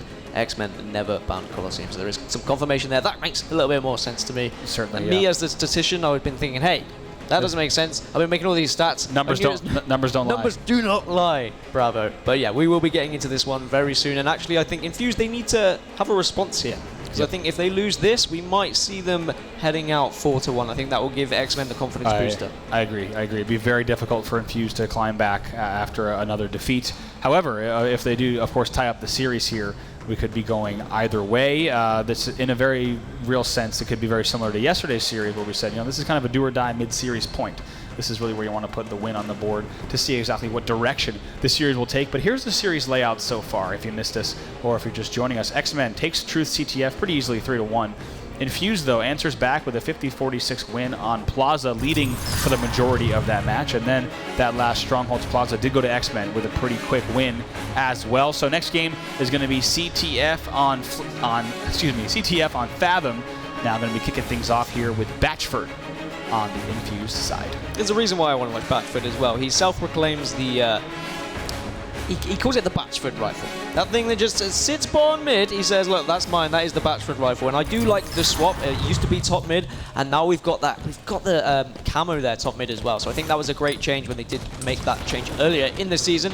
But actually, it looks like we are on board now with Batchford. We'll see where he starts. He hasn't gone for the rifle. He is just going to kind of wait and support his team around this gen and everything. That's right. Now we're going to take a look and see exactly where that rifle went as well. But actually, I want to go to Warlord because he does have the camo. And if he can stay alive here, he might even be able to get a railgun because he's going to drop down because his teammate just dropped it. That was Flux who dropped it. However, he was able to run it back far enough that Warlord, with the new camo, is going to be able to possibly make plays with this, but he might actually get scooped, so he's going to need to be very careful here. He has a lot of power in his hands. Oh my goodness, look at this. Very patient, not letting that railgun just rip at any time. However, still taking so much damage, so he needs to slow down once again. Enemy's flag is out momentarily, but unsurprisingly, he will just go to the tree and thank the heavens that he still has his life with him. Yeah, I'm glad he did retreat in the end. He was kind of charging it up, expecting to get a kill. I was thinking it was a little bit risky just standing there in the open charging that, because that would have like decreased his camouflage a little bit, but he has got away with his life. He's got the Batchford rifle in hand. He uses it perfectly on Snipe Drone there as well. He can now push into the opposition base. He'll see if anyone's spawned on Gen. He does catch Ramirez, but actually Ramirez using the thrust very efficiently to get out of the way there. Yeah, I got to go to Ramirez there. Perfectly timed thrust. Of course, it's not easy to time that thrust when there is a player with the railgun, which can hit you so quickly, but Ramirez does it well now with the BR and that railgun as well. I believe that's the last railgun shot, though, so he's going to have to make a push from tree into red, but he's going to need a little bit of help to do that. But his teammate Jimbo falls, so once again, that'll be an Xmen reset. They're going to come back here. Look at this, though. He's got two teammates around him. He's in a good position. They're going to wait for Jimbo to push in and potentially make a second push here. It does interest me watching Xmen on Fathom capture the flag, especially after they lost to Foxy. Foxy used to kind of be that player that would control spawns. He would call where spawns are going to happen, and he would make sure he was kind of in that gen area to block spawns as well. So now they have lost him. You're going to be looking at players like Ramirez to kind of make that play as well. But Ramirez actually will be taken down, and this is kind of back and forth at the moment. Yeah, now over to Batchford, back once again on the Infused side, who's actually on the flank. He would have loved to have cleaned up that kill on Snipe Drone, but it's okay because his teammate Flux is going to do just that, and Batchford has other plans anyway, as he also takes down Chalky and tries to get into his enemy's back sub here. Going to try to stay alive, of course, because it's very difficult to win battles from this area, and even if you do, you're still pinned. But of course, Ramirez and Xmen know exactly that they need to eliminate those opponents in the back of their base before they can push out, and they do just that. Snipe Drone, though, on the receiving end of some grenades, so he will fall. Now over to Jimbo. That does seem to be the general goal for both teams, just to try and get into that gen, to try and block spawns, try and encourage your team to push into the flag. But this is the first flag pull we've actually seen now, but Jimbo is going to be in a position to try and return this. Nice timed nade as well, just to get that player weak. Confused Doodle will be taken down, and so will Flux. Now Jimbo will push him for this return, but he's got to be careful about a player behind him. Yes, he does. I think he knows, but all that pressure, Jimbo does not hesitate. You got to appreciate right there the direct route straight to the flag return. Had he not gone in there immediately, likely would not have been a return. So Jimbo with some quick decision making. Yeah, now Chalky is just going to be very patient around here. I like this positioning. That's what I love about the Xmen, is they just know exactly where their teammates are. They communicate accordingly, and they wait, and they're very patient. That's it now. Chalky, of course, getting the better there of Batchford as well as he turns the second kill in these past few seconds. Wants to keep as much of his shields as he can pushing in, engaging 3 separate players in a span of about 10 seconds, so certainly laying down the fire that his team needs to potentially turn this into a flag run. Yeah, we're going to be looking for that camo coming up soon as well. And then, of course, Railgun hasn't really come into play as much as we would have thought. We saw Warlord have a little run with it. Ramirez picked up a few bullets as well. But sometimes when you just grab that Railgun and you sit top mid, you can just literally rail on everyone, no pun intended. But Jimbo is actually moving this flag. He is under some heavy fire, and it does look like he will be taken down. Needs to get some support from his teammates quick. Warlord is going to push ahead of the flag to ensure they get this flag returned. Yeah, probably a good return here, because, a good decision, because he's going to be able to slow down and stay alive here to be a pain. They've killed 2. They're going to try to kill 1 more, of course, but that flag has been tossed in, I believe. We even missed it right there. I believe it was tossed front base there, and I think Warlord himself was surprised as well. He was unfortunate. He just couldn't get that kill on Chalky. If he was able to finish Chalky off, he might have been able to be a little bit more aggressive, maybe jump into that yard, try and stop that flag being pulled, but maybe he was just too certain on trying to stay alive there. Yeah. Would have liked to see Warlord get a little bit more aggressive, try his hardest to try and finish off that kill. Yeah, and Xmen also sending 4 players back, of course. As I say that, Chalky does have the camo, so I want to go on board with him. His flag has just been pulled, so he needs to be very strategic in how he plays this. Kills like that, of course, are going to go a long way, but now Chalky starting that flag run as well. Kind of surprising. Well, he just saw 3 members go down from Infused, so I'm not entirely surprised they pulled the flag. It does need to be careful. Flux was the last remaining member. Now the rest of Infused will be on spawn, so Xmen will have that word. Ramirez also takes down Doodle. Wow. And now Chalky's there to help his team, so he just chucked that flag. Yep. Now it's 2-0. This is fantastic from Xmen. This is what they do. Their objective teamwork is absolutely fantastic. That's a great call, Gaskin. I had missed the 2-man advantage there as Chalky saw that on his, certainly at least got the call out or saw it on the kill feed. But my goodness, as Chalky will fall to Doodle, who has also been taken down, though. So instead, we'll go over to Snipetron, who's still top mid. I was saying, though, I did miss that advantage. Of course, Chalky with a very heads-up play to start a camo run. Once you've killed 2, of course, there's a very good chance that you're going to be able to bring that back. So Snipetron will take down Warlord with a quick double melee, and Xmen is not slowing up at all. They're trying to get the same amount of pressure they've had throughout this entire match, and they want to end this one early. Yeah, they've just got so much pressure on Infused, and you can see now Warlord caught again, trying to flank around. He's on his own. He's not, very rarely is he with a teammate, but he might be able to win this battle. He does actually take down Snipetron, so important kill there. He can now regain his shields, and then he can push around to try and flank again. He needs to communicate with his teammates, though. He needs to be on par with them, because if they know he's flanking, they can push accordingly. Then they can kind of pincer the other team. Railgun will be coming up soon. Doodle knows that, and he will actually find that and be rewarded with his timings. Oh, yeah, he's going to need to try to stay alive. I think they're going to have no problem killing this kill, getting this kill, and now Railgun in hand as well. He's going to be on the prowl to try to tee up more kills. That's a crafty play there from the other side, though. Of course, his targets are not exactly sitting ducks, as they do not want to get caught by this rail. So this is a common situation that we saw throughout Pro League, of a team being 2-0 up on this game type and then just kind of sitting back and absorbing a little bit of a pressure for a while, rather than going straight away for that third cap. Having a little bit of slaying ability, just kind of demoralizing the team a little bit, and then they just choose a time to push in, maybe wait for a camouflage to come up, wait for a railgun spawn, and that's when they make their move to try and get that 3-0. Yeah, and I think a lot of that comes from there's no, when you're at the 2-0 lead, there's no real reason to risk that significant lead and let the other team get a flag cap as well as control. So what we're seeing here so far is just, I think, some wise disciplined play. There's no reason for Xmen to force anything here, and now Snipetron still with camo in hand. Yeah, Snipetron's just going to kind of wait around here. He just spot a wild Doodle just pushing around. We'll throw a nade to let Doodle know that he is there, though, but he knows that the flag has been taken. So Snipetron needs to get in a position here where he can stop this flag efficiently. He does have camo, which is a big advantage. Does use a nice pulse grenade to take down Flux there, but it does look like Doodle came back to find Snipetron in the base, and the flag will be continued to be moved. And now we'll go back over to Chalky. Let's go ahead and see. I believe that flag is actually going to be returned. Yes. So both flags back at home, and we will stay at 2-0 in favor of Xmen. Yeah, and Infused, what they need to do now is kind of just push around together. I think they need to keep track of Warlord as well, not let him push around on his own. Flux, again, look, caught on his own. The nades will come in, and Chalky should probably finish this kill unless Flux does anything spectacular. Just a few see Chalky shaking his head there. He's unsure exactly what Flux is doing, but oh no!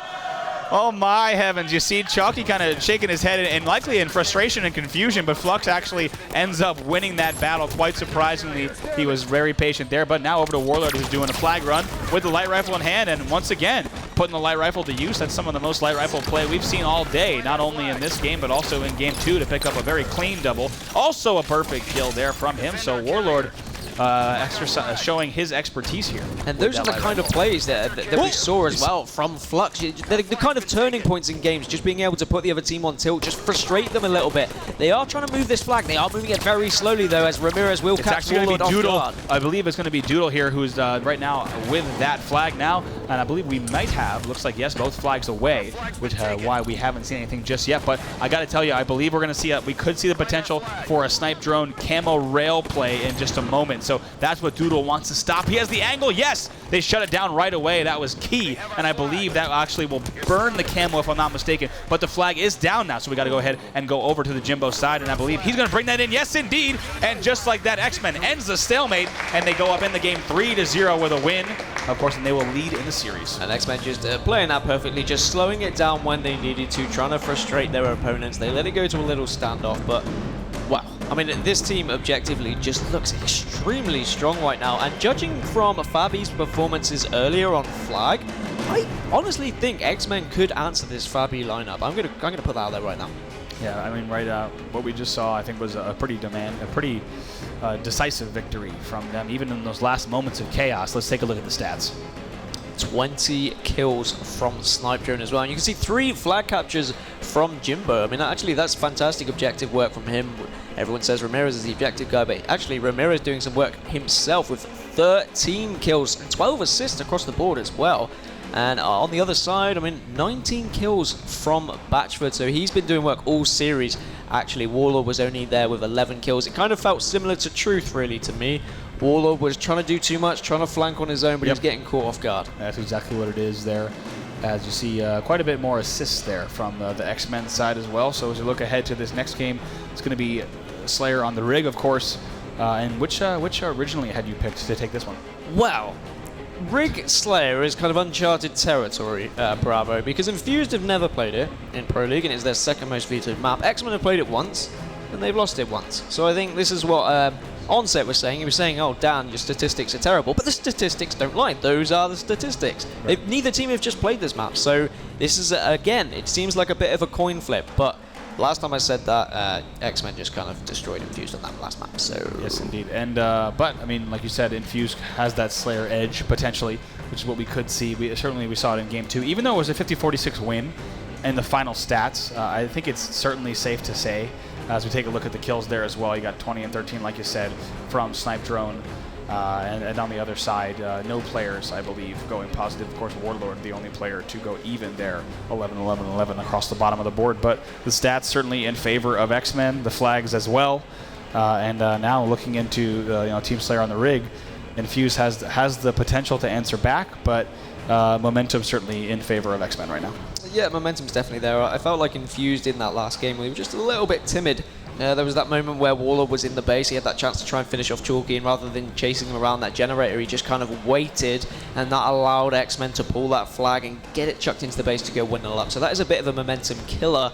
But going into this Slayer game now, so we need a response from Xmen in terms of Slayer games. But to be fair, Xmen will happily say, okay, you can have the Slayers because we know there's 4 objectives, so that will win us the series regardless. Right, that's exactly it. Now, Rig TS once again is going to be our next game coming up. Anything surprise you in those vetoes? I mean, especially since we landed on a map that neither team had played too much. Any surprises there?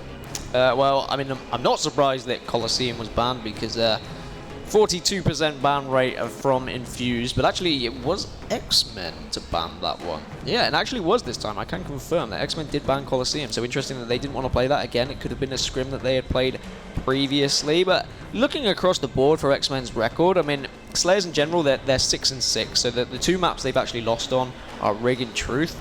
Their good maps have been Eden and Plaza, so they're 2-1 and 1-0, but Regret, they're kind of 2-2, and we will actually see Regret as Game 7 if we do get that far. Both teams kind of confident with that map, very low veto percentages as well, but yeah, generally across the board, I'm kind of a little bit surprised actually that Xmen wanted to play the rig just because they've only played it once. Yeah. I know it's in Pro League, so they would have played it 1,000 times in matchmaking and in scrim, so maybe they are confident. And I can't confirm right now, but maybe that rig game was against the likes of Fabi, where you're just never going to win because Fabi don't lose stronghold games.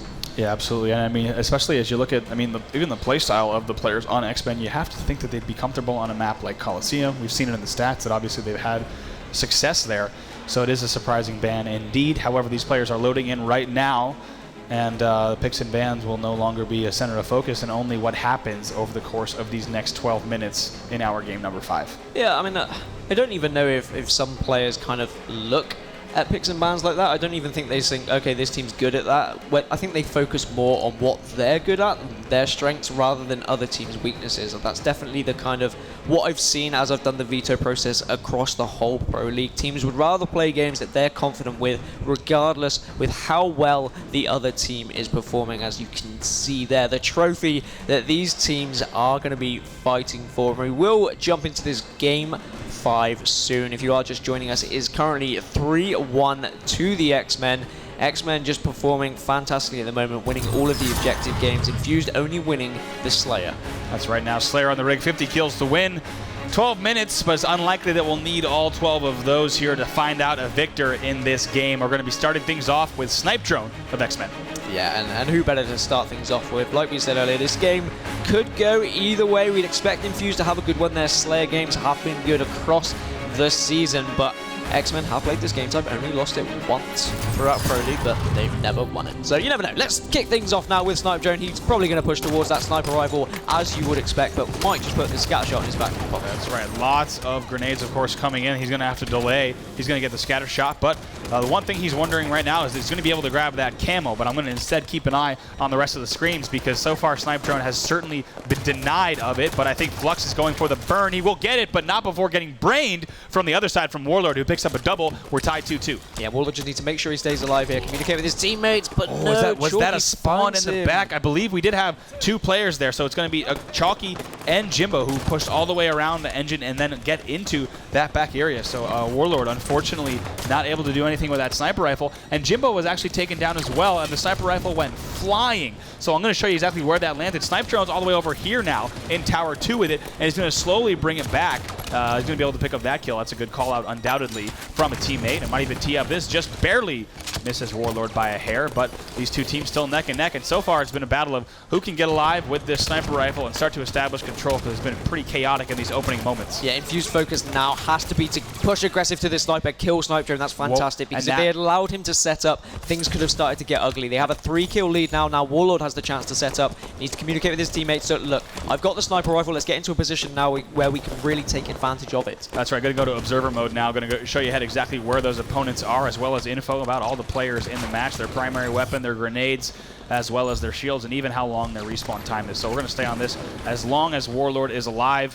Finally, they've established a bit of control, but to tell you exactly how that broke down, 3 players did die on the Xmen side, which gave them just a little bit of breathing room on the Infused side. A Snipe Drone goes for the ground pound, does not get it though, but several players coming in, the double ground pound from Xmen, and it's actually going to be Jimbo who comes away with the sniper rifle in the end, tees up the ground pound as well as the lead. But I tell you what, man, I've never seen a team fly at an opponent like that in the back SMG with a double ground pound. They're doing it with style. I mean, if you've got the ground pound king yourself on your team, he's going to be saying, look, let's just line up these ground pounds, as he does get a nice sniper shot there on Flux. And this is the position that you want to be in if you are the Xmen. They did well. They know the sniper was in the hands of Warlord. They were patient with the play. They pushed round to engine rather than in positions where they could have been spotted by the sniper. Jeez. Gets another headshot. That's the second time Flux has been caught off guard. I believe, yeah, Flux was the one who died at Nest as well, right? I mean, that's the lack of discipline. There's no reason for him to be caught at essentially the same angle, just different elevations like that. He needs to make sure he's not getting picked by that. He needs to know Jimbo is still on this area of the map. There's a potential that he thought he rotated back here to bunker, but regardless, you cannot be giving up those free kills. So 15-12 is the score here. Jimbo still with sniper rifle in hand. Yeah, 2 bullets left as well. Wouldn't be surprised if he gets in a position just to watch this new sniper. Flux again getting caught off guard by this sniper, and actually Jimbo using the battle rifle effectively to get the double kill.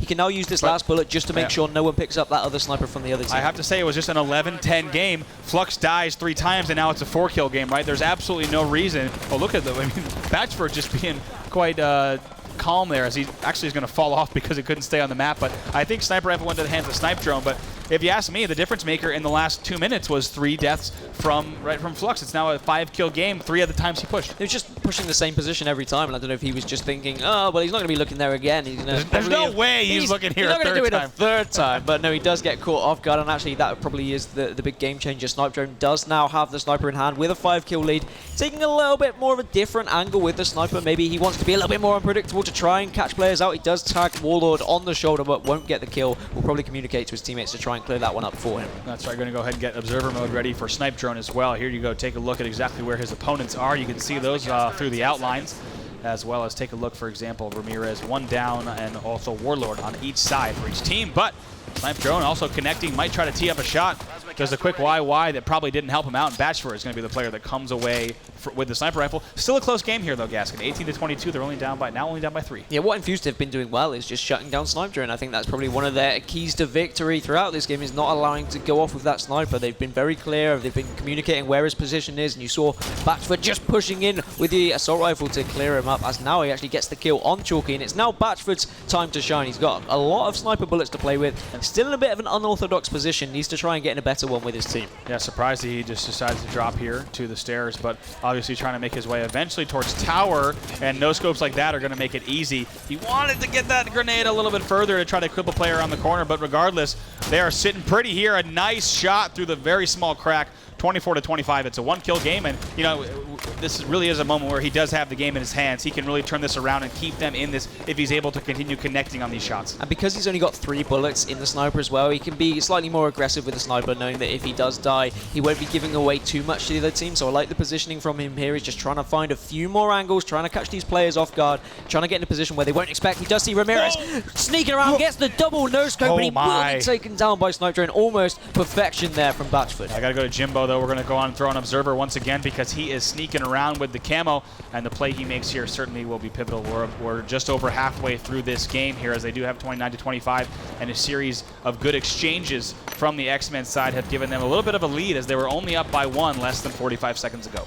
Yeah, and now this camo is very important, actually. Jimbo needs to be careful. He would have been spotted, and he needs to just push around with his teammates accordingly. Try and get a flank behind. Warlord needs to be careful not to be caught out as well, but it does look like these Infused players know the camo is around. They're just kind of on the back foot now, and here comes Doodle to try and finish off this camo. Very important kill. Massive from Doodle there. Yeah, what a play. Doodle will fall, though, so we'll go ahead now over to Ramirez, who falls as well. So over to Warlord, who is still in the thick of it, and it's a 3-kill game. You were talking about it, Gaskin. What a great job from Infused to stop that camo push. Warlord had made a ballsy play there, and eventually Doodle's the one to finish, but they stay in this. I mean, had Jimbo picked up 2 or 3 kills from that rush, it'd be a very different scoreline. Yep, new sniper is there on spawn. No players going for it just yet. It does look like Doodle might have it in his hands. Yep, so we'll switch across to him and see what he can do with the sniper rifle. We've not seen him have it yet. Just trying to take an angle into Engine here, see if he can catch anything, but Snipe Drone still has a couple of bullets left in his as he takes down Batchford now. Infused, I really want to see them make them move over towards Engine, try and set up there, because Doodle might get caught off guard. Yes, he does. He's going to get taken down. Just as you said, it was Jimbo and a Ramirez push. I believe Jimbo gets that perfect. He's going to try to also finish this kill as well, but decides to bail out and might even steal the sniper rifle. Hopefully the fire extinguisher gives him the needed cover. And yes, indeed, he's safe for a brief moment, but is going to try to stay alive, and plenty of help comes from teammate. He eventually will fall, as it was Doodle who wanted to come back and get his sniper rifle. This is still a close game, only 3 kills separating the 2 squads. Yeah, and I'm not entirely surprised. We knew this one was going to be close. We knew how well Infused play on these Slayers, but I mean, Doodle needs to make sure Snipe Drone dies. He needs to tell his teammates where Snipe Drone is. Snipe Drone does miss the shot, though, and now I just want to see some flanks coming around from the rest of the Infused team. And I got to tell you, speaking of flanks, here's Warlord with the camo. Actually, he has certainly an opportunity to get control of the map with his team, and he needs to move quickly, and he's hoping that a few more players might even spawn back Carbine, but immediately diverts his attention, thinking they may not. But now we're tied, 36-36, camo in hand. Yeah, Warlord just has such a chance to... He has the game in his hands now. He can really maybe pick out a double or a triple kill that could change everything. Just staring at Snipe Drone, a little bit reluctant to shoot, and he'll be punished for just that little split second of indecisiveness. We'll get the shots over on Jimbo, though, so important kind of shots there from Warlord. They do take the lead. They're up by 1. Now they've got a sniper as well, as a nice little Christmas present there for Warlord on the floor. They just need to get in a position where they can use this effectively. That's exactly it. Look at this. I mean, Warlord putting that camo to use. That's exactly what we needed to see from him. Right now, it looks like he's kind of trying to figure out exactly which angle he might want to shoot from. He's going to engage a player, but look at this now, 41-39 desperately trying to figure out exactly where he needs to look, but I think he's finally getting comfortable. Yeah, we've not seen the Plasma Caster being used too much, but I think Batchford has finally picked it up, and he's going to try and use it effectively. But Warlord just getting in these unorthodox positions again because he knows that all of these X-Men players are over by Engine. He's trying to put shots down. He managed to get a couple of body shots, but really we haven't seen either team be able to set up properly with this sniper. You could tell he was never, he was never in the situation in the exact spot that he wanted to be, right? He constantly was looking at almost 180-degree angle, and whenever you see a sniper like that, look at this, and now Chalky's going to make them pay. Whenever you see a sniper looking at that much angle and that many sightlines, you could tell they're not in the exact setup that they want to be. But Chalky here is, of course, going to sit comfortable with the SMG. He's also got Ramirez here with the scatter shot, so they're going to control this back area as the enemy team is going to have control of Engine here. But look at this now, 42-44. As actually 2 players will die, so a 2-kill lead for Infused. This game just feels like it's been flipped on its head so much. Like, the sniper control has been over here at Carbine for the majority of the game. They're 3 kills behind now, X-Men actually. Infused only 4 kills from winning this one, and actually Chalky's now out of ammo as well, and there is another sniper on the map, and I'm not sure who picked that one up, rather. Well, that's Flux with the camo. We'll see if he can stay alive here. Actually, Flux will die, though, so we'll stay very close here. Flux had the chance potentially to win that game. However, it will stay within 2, 44-46. Yeah, now Chalky just needs to be supporting his teammates here. He can see that Jimbo and Sniper are having a battle, just a 1-kill game now. They need to be careful of where that sniper is, though. I'm sure it was picked up. Maybe it got thrown off the map. And I just want to see this X-Men lineup just kind of stick together and not give away any silly kills as I say that. Jimbo is caught off guard. Warlord will push him with the sniper. There's the sniper rifle in hand. And Chalky needs to communicate that to his teammates very soon. Oh my god, like you said, I mean, this is an incredibly fast-paced ending to this game now. 48-46 on board of the Warlord, who does have some shots left in the sniper rifle. And for a moment, it looked like Infused was about to lose that lead, but now they're 49-46, only 1 kill away, and yes, Infused answers back despite letting up a few too many kills towards the end of the match. They win 50-46 in the end, and what a back-and-forth ending. Wow. Well, we said it could have gone either way, and we did say before that Infused do have a good record on Slayers. I mean, clearly they're so much better as a team when it does come to these Slayer game types. Yeah. It's unfortunate that there are more objectives, because going into the next map of Eden, I mean, it will be a tough one because it is an objective game. Let's see if we can take a look at these statistics. 19 kills coming on the board for Batchford. Actually, I think every game he's been putting up statistics like that, win or lose. So he's really been my standout performer for Infused. Just the 9 kills coming out of Ramirez, but 13 for Jimbo. That's the kind of main statistics that I take from that X-Men squad. 8 assists, though, from Jimbo as well. And generally across the board, assists look to be better from Infused rather than X-Men. And I think that's been kind of a common theme throughout all these games. The winning team has had a lot more assists, not just because of the amount of kills. We've had some games where the kills have been relatively similar, but just the teamwork has been on point in these wins. Yes, indeed. Also 10 assists from Doodle there in the game as well. I have to say, what a back and forth we had at the end of the game. For a moment, it looked like it was going to be all Infused. Then, I mean, the way that Xmen was able to shut them down, really tie the game right around the 44-46 mark. And then all of a sudden, you saw that Xmen was able to get 2 key kills, and it felt like, Infused was able to get 2 key kills, and it felt like at several moments towards the end of the game, Xmen actually gave up 1 to 2 deaths at times when they really didn't need to. We saw a great camo push from Infused at the end that actually looked like it was going to be completely neutralized, and maybe the game was going to turn, but I gotta give credit to Warlord for holding control of that sniper and the scatter shot at the end. Chalky was unable to shut him down, and this is the second Slayer that Infused has won 50-46 in this series, so these games have been quite close. I've got to give credit to Warlord for the aggression, just having that sniper in the hand and just having the kind of the courage to push around that carbine area. Yes, okay, he had a scatter shot in his back pocket just to kind of back him up if he wanted to, but yeah, credit to this man. He's been performing well this series, actually. He's been doing his flanks, he's been doing his thing, but now we go into Game 6, which is Strongholds Eden. Now, both teams just with a 1-0 record across Pro League. It's a 25% veto for both of them as well, so it's a very even matchup, as statistics would say. We'll have a look and see which maps they banned out, but I believe Xmen actually banned Rig and Infused banned Empire, which has kind of been a common theme across the season. I believe Infused have banned Empire 44% of the time, so that's one of their worst game types. And actually, the Rig, I think Xmen is 0 and 3, so I was entirely expecting that to be banned. A 56% ban ratio for them as well. So kind of getting rid of their bad maps and just leaving them with an okay-ish map. That's right. The players are now loading into this next game, Strongholds on Eden. I have to say, we heard the analysts talk about it before the series. If Infused can play with that aggression and speed that we know they're capable of, I think they have a chance to take down Xmen, but so far, on the objective, composure, and control front, Xmen has certainly led on that front. Well, I think that there's a lot more room on, for example, Strongholds Plaza to set up. I think Eden can be a little bit more random across the board, and it will allow those Infused players to kind of push out, be aggressive, rotate as a team. So Xmen need to be a little bit careful. I really think that whoever comes out of the blocks early gets that first kind of total control will probably win the game, because it can be difficult to get back into it when you're trying to get one of those strongholds. Yeah, one thing I'm going to be looking for, you might remember it if you had joined us for game number 3, is the way that Chalky was kind of solo rotating, right? He goes and steals Nest, he goes through Hotel, and then makes his way all the way to Yard, and it feels like he was a one-man rotation. Granted, his team was certainly doing things that allowed him to move in such a way, but that's possible on Eden too, right? I mean, you can be sneaky, you can get to the back of the bases, right? You can take certain routes that will allow you to get those resets and those steals, and I'm going to be looking for Chalky to do the same thing here. And honestly, that was the kind of playstyle that 2Foxy had on Xmen, so it seems like Chalky has taken that role off of him, and it seems to be working out quite well, actually. It's kind of a different Chalky that we've seen. I mean, across the years, Chalky has been one of the players that's been known throughout America and Europe as a big sniper, a big slayer, but actually it might have benefited Xmen that he's kind of taken on this more of like objective kind of flanking-based role. It's good to see him certainly succeeding in that as well. Even in the States, I'd say he's known as a sniper due to everything he started in H2A and has continued in H5, but certainly good to see him filling in well. And right now it's paying off because they do have a lead in this series here. They're looking, of course, to close it out now with a 3-2 lead.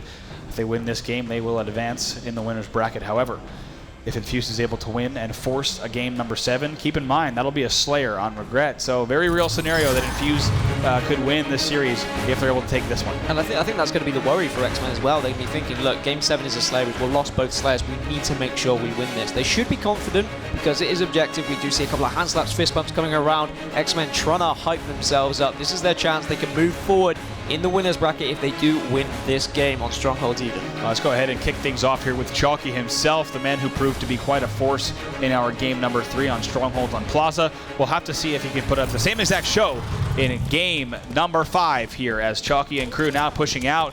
I want to get this early control. Of course, all eyes on Camo here in the beginning now in its new place in Tower. That's a pattern as well. Just kind of passive play from Xmen, just waiting for one of the opposition to push towards one of those power-ups and then pushing in. We saw it on Truth as well. They were rewarded with the camo. Ramirez has the camo. He will grab Catwalk, and now he can push and try and be a nuisance. Red Nest is taken by Infused, so we will now have the battle at Blue Bend. That's exactly it. Now that's going up, and I believe that's going to be an early grab for Infused, but they have to be careful because sometimes when we see oh my, back whack, excellent play there from Ramirez to steal the Spanker rockets. Now going to throw down another rocket, get damage, and it looks like they're going to try to set up for this total control. They've already grabbed the Blue Band, but of course, much more important for Ramirez to stay alive with this rocket BR camo combo. And that just shows what an important opener it was from Xmen. They were like, yeah, okay, they can have 2 strongholds, but we're going to make sure we get the camo because then Ramirez can make plays like that, get the rockets. He has whiffed a couple of rockets, but I think the important thing was that the rockets aren't in the hands of Infused. He does finally get a kill, but he is taken down. 1 rocket left in that chamber, so someone will be rewarded when they do push over to Catwalk.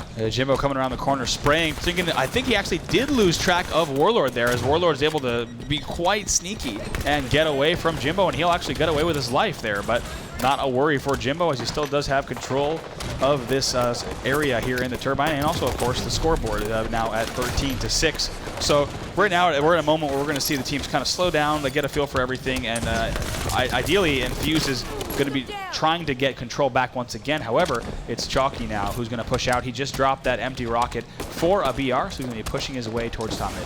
Yeah, and what I've noticed, the main difference between these two teams is Xmen are more than happy to be spread out from each other, but just cover each other from long angles, whereas Infused like to push more in groups. As we can see now, they're trying to push into this red base. Flux will be caught off guard, though, and as Jimbo can now single him out if he pushes around that corner as well.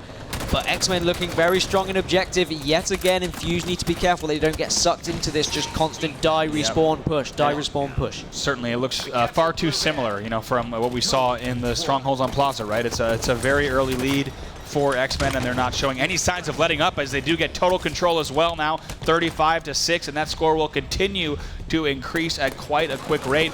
On the other side, just to give you an idea of what's going on over there, I'll go show you Ramirez, who once again has rockets and overshield. So he has been a power-up, power weapon king in this map as he is blazing a trail across and now finding another opponent.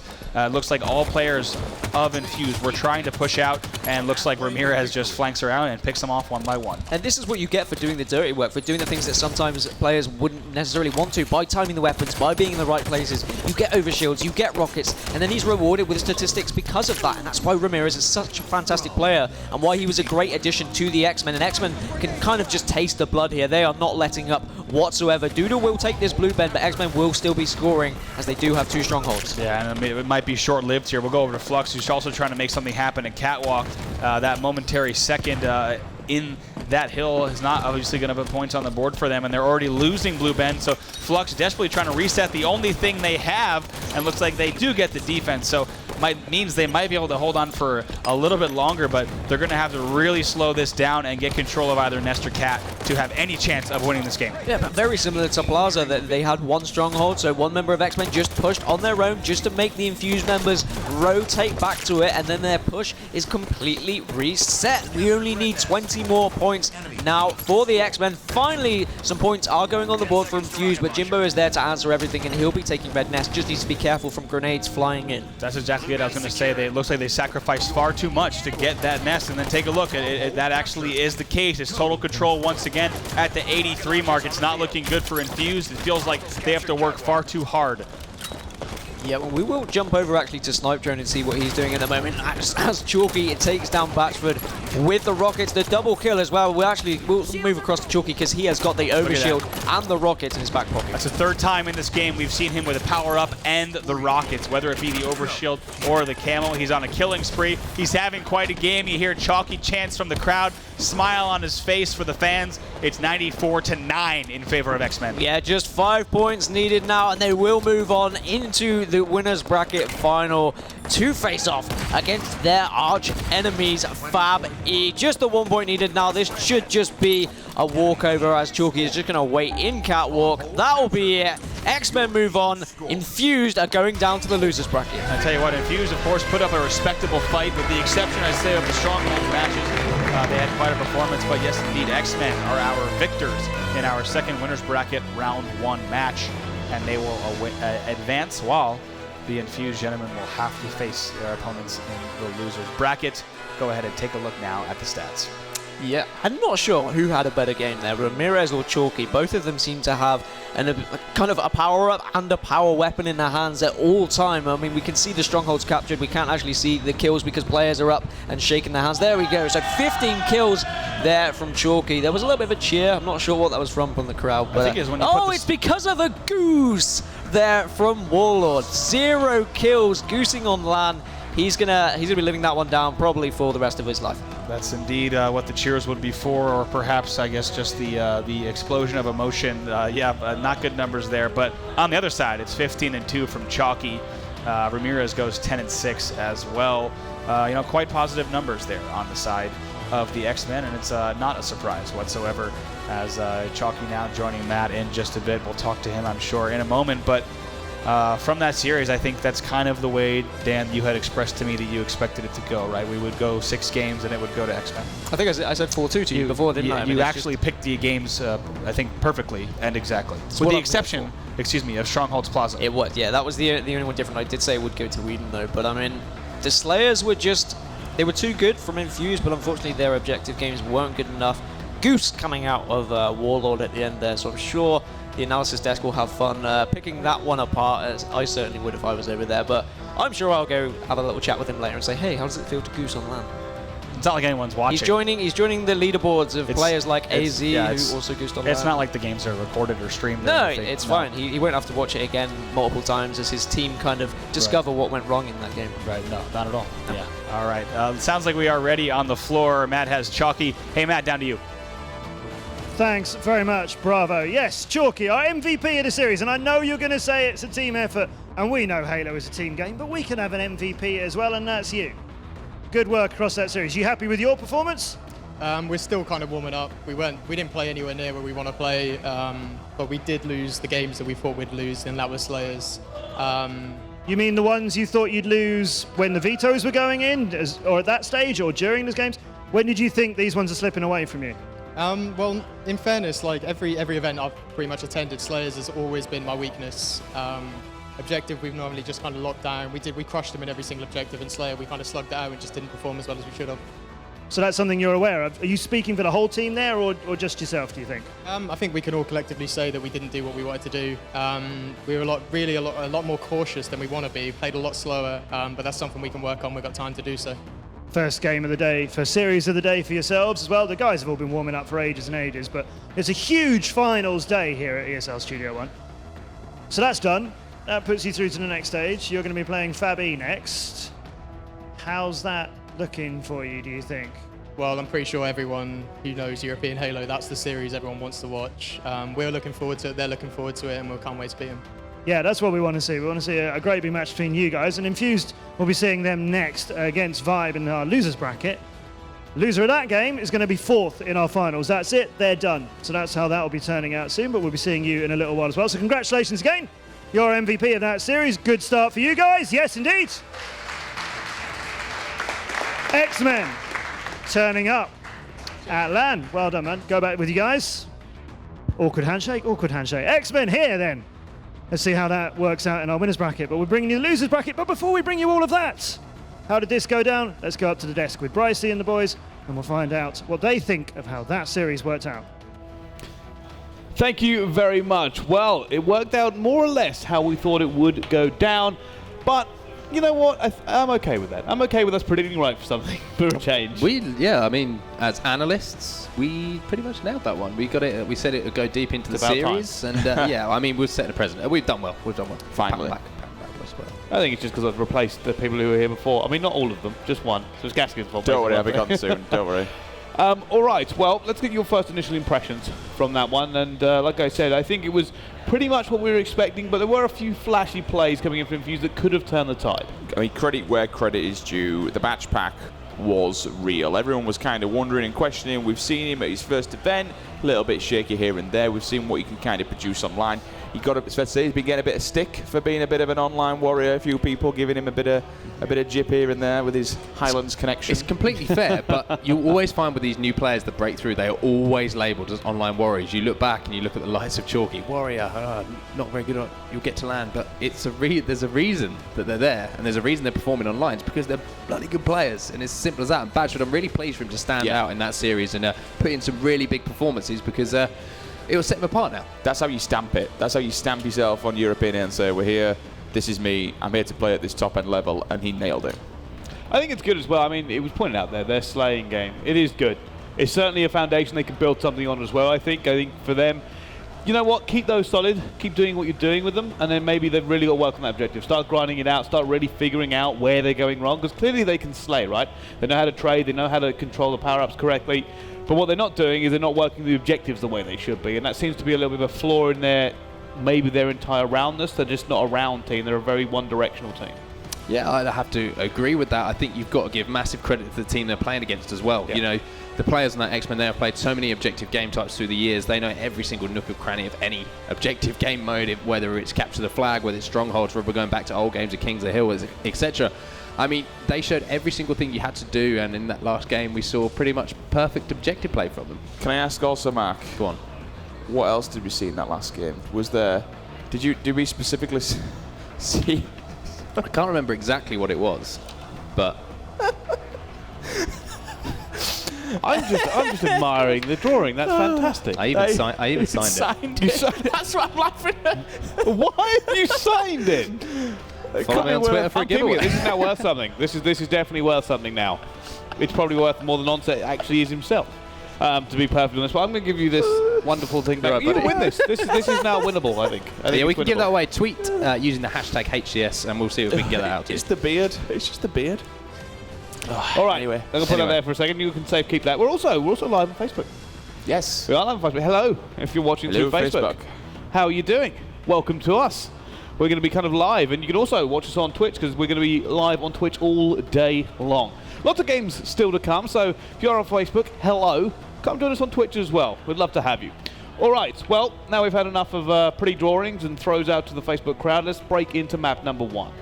Now, this did go fairly well, I think, for both teams to kick it off with. There's nothing too much, and you feel they're kind of both just settling into the series. Yeah, I mean, Xmen came out of the gates pretty hot. I mean, by the time that we'd left the desk and we got in front of the screen, it was 2-0. I mean, it was they come out of the traps and they really asserted their objective dominance again. And I think maybe Infused, it was one of those, their first series, you know, it's their first big series when they're here. You know, there might have been some nerves early on in the game, but as the game went on, they started to settle in. They got that second flag cap back. But Xmen managed to close it out, and again, that's just an experience thing from my point of view. If you get to a live event, as soon as you get into your first game, you need to be hot and you need to be right on it. And I don't think Infused were quite sort of up to the challenge in those first sort of 5 minutes or so. Yeah, we're more so of a warming up kind of stance, and as you says, again, I believe this is the one where Badgeford dropped a nice big fat 21. He was kind of carrying his team to victory, but again, it wasn't. I don't want to say they got massively outstayed on this one. It seemed pretty, you know, neck to neck, and this heads up play here from Chalky, he almost, if he would have been continuing, the Nova game was over at that point, but he could have actually gone for the triple. It's little things like that when in certain situations that team, and during that first game, you can actually see them. This is the veteran players coming out. This is those players which kind of, you know, years of experience versus not so many years of experience, so to speak, of a better word. Especially that player at the end from Chalky. You see some more inexperienced player. He sees the flag out. He thinks, I need to return that flag. Chalky took a different route, picked up his kills, he took his time, got them 3 dead, and then his teammates came off respawn, and he got the return. Well, again, I mean, our analysts at the beginning, we got these maps the wrong way around a little bit. We were thinking Infused were going to take the first map. We didn't. Xmen did. But as we move on to map 2, other way around again. If you started to come back in, we were wondering, you know, we said it might go 2-2. It didn't end up going that way. But let's talk about map 2 and why that wasn't the way we thought it was going to go. It really was fantastic to just see Infused come out the gates pretty strong and, you know, controlling all the areas the map that they really should have been doing, especially when it came to sniper control. They managed to lock it down and lock it down hard. At one point, I believe there were 2 snipers in play for Team Infused, and it really kind of escalated him to the lead. They had a lot of, we definitely saw Snipe Drone and Jimbo getting a little bit of the camo control, the overshield control, but generally speaking, most of the power weapons in the hands of Team Infused. But we did kind of say that the stats have shown this. They know how to play Slayers, and maybe that kind of comes into when you look at the teams being separated by what separates them. It's the fact that the experience of Xmen keeps them together in this objective efficiency. The teamwork is there, the knowledge is there, but Slayer will let this team shine because they've all got a really cracking good shot on them. And this shows in the Slayers that they can run around, they can run and gun, and they get the job done. And one player we need to get a little bit of love for, if we could see in the replays at the end there, Flux went off at the end of that game. Massive shout out to Hamza, hit some crazy shots and was just in great positions and winning so many 1v1 battles. And that when you've got a player on your team who could do that as a sort of young team playing against those experienced players, it just spreads a little bit of belief through your squad. So props to Hamza, props to Flux, incredible performance from him in that game. I think Warlord did quite well when I saw him. Didn't put up the biggest numbers, but some of the things he did do were quite spectacular. I think really did have quite a good game in terms of it. I think he was more consistent than anything else. He's a nuisance. We even said exactly. He's a proper nuisance, and he's a pain in the backside to kill. His map movement's pretty good, and he'll always just run away. He'll pokey and run away. He's a very pokey player, and he's not passive. He's more passive aggressive. So he'll happily jump into a gunfight, but if he knows he's going to lose it, he won't challenge it. He'll back off, but he'll just call it out to let someone else to come and pick up the kill. Yeah, if you've got a player on the map that you know you have to kill, there was a point where we were watching it was like, this is the exact point we went, God, Warlord's annoying. He was down at the bottom of the snipe lift. He put a couple of shots on players, and there was 3 players above him from the Xmen trying to kill him because they knew they had to kill him. By that time, all his teammates were in position to basically look at Warlord, use him as a target, and basically shoot everyone who came towards him. Yeah, I think so. And for me, it definitely seemed like they were in control for a good point. They looked quite comfortable on it, which I thought was nice. It did seem like, even though there were a few times you're like, oh, they're going to lose this here. No, actually, for me, it seemed more like Xmen were having a little bit more flustered than I was expecting them to see. And that's allowed them to just kind of round that one out. But let's move on to map number 3 now. And again, this map for me, it's kind of the tale of the series. You think that both these two teams, they are fairly close, but one is clearly better than the other. Yeah, I think, again, Chalky just stood out for me on this game. The amount of times that we saw him just putting 2-3 shots on players, leaving them weak, or finding himself in a position where he could clean up kills, that is just perfect positioning as a player. It's such an underrated thing as a player. We always look at people's shots, we always look at people getting those big wins in the 1v1 battles, but his map position always allows him to do the most damage that he can in any particular situation. And again, it just shows when he turns up to these live events, you realise how good a player Chalky still is and exactly what he brings to the table for his squad. It was the exact same scenario when we went to Worlds. We was all like, yeah, Chalky's definitely the weakest link on this team because that roster that went to Worlds was a really good team. I even at first put them up against taking down Renegades. But Chalky came out on top. Yet again, we sat in the tent and we just went, typical Jake White. You get in this LAN environment and he feeds off of it. He just releases the energy. And even when he's getting dumped on, we saw him get a few minor mistakes there and then, but he'll just laugh it off. Don't sugarcoat what you're trying to say. Just come straight out with it. But but you saw it. There are a few times he got dumped on. He just turned around. It's like, just laugh it off, carry on. I know I'm going to win this game. And that attitude, the attitude of Chalky is fantastic. No matter win, lose scenario, even at Worlds when they were going out, he still stood up, really happy, really proud. It's a really good mental attitude he's got. Yeah. Oh yeah, I think that's something at this level you need, and obviously you kind of see it more on players that have been around longer. It's definitely something that kind of develops, kind of grows within a player the longer it goes on with. And I think it's great. I mean, that's if you have a player like that, someone who can kind of shrug off those failures or when they really lose.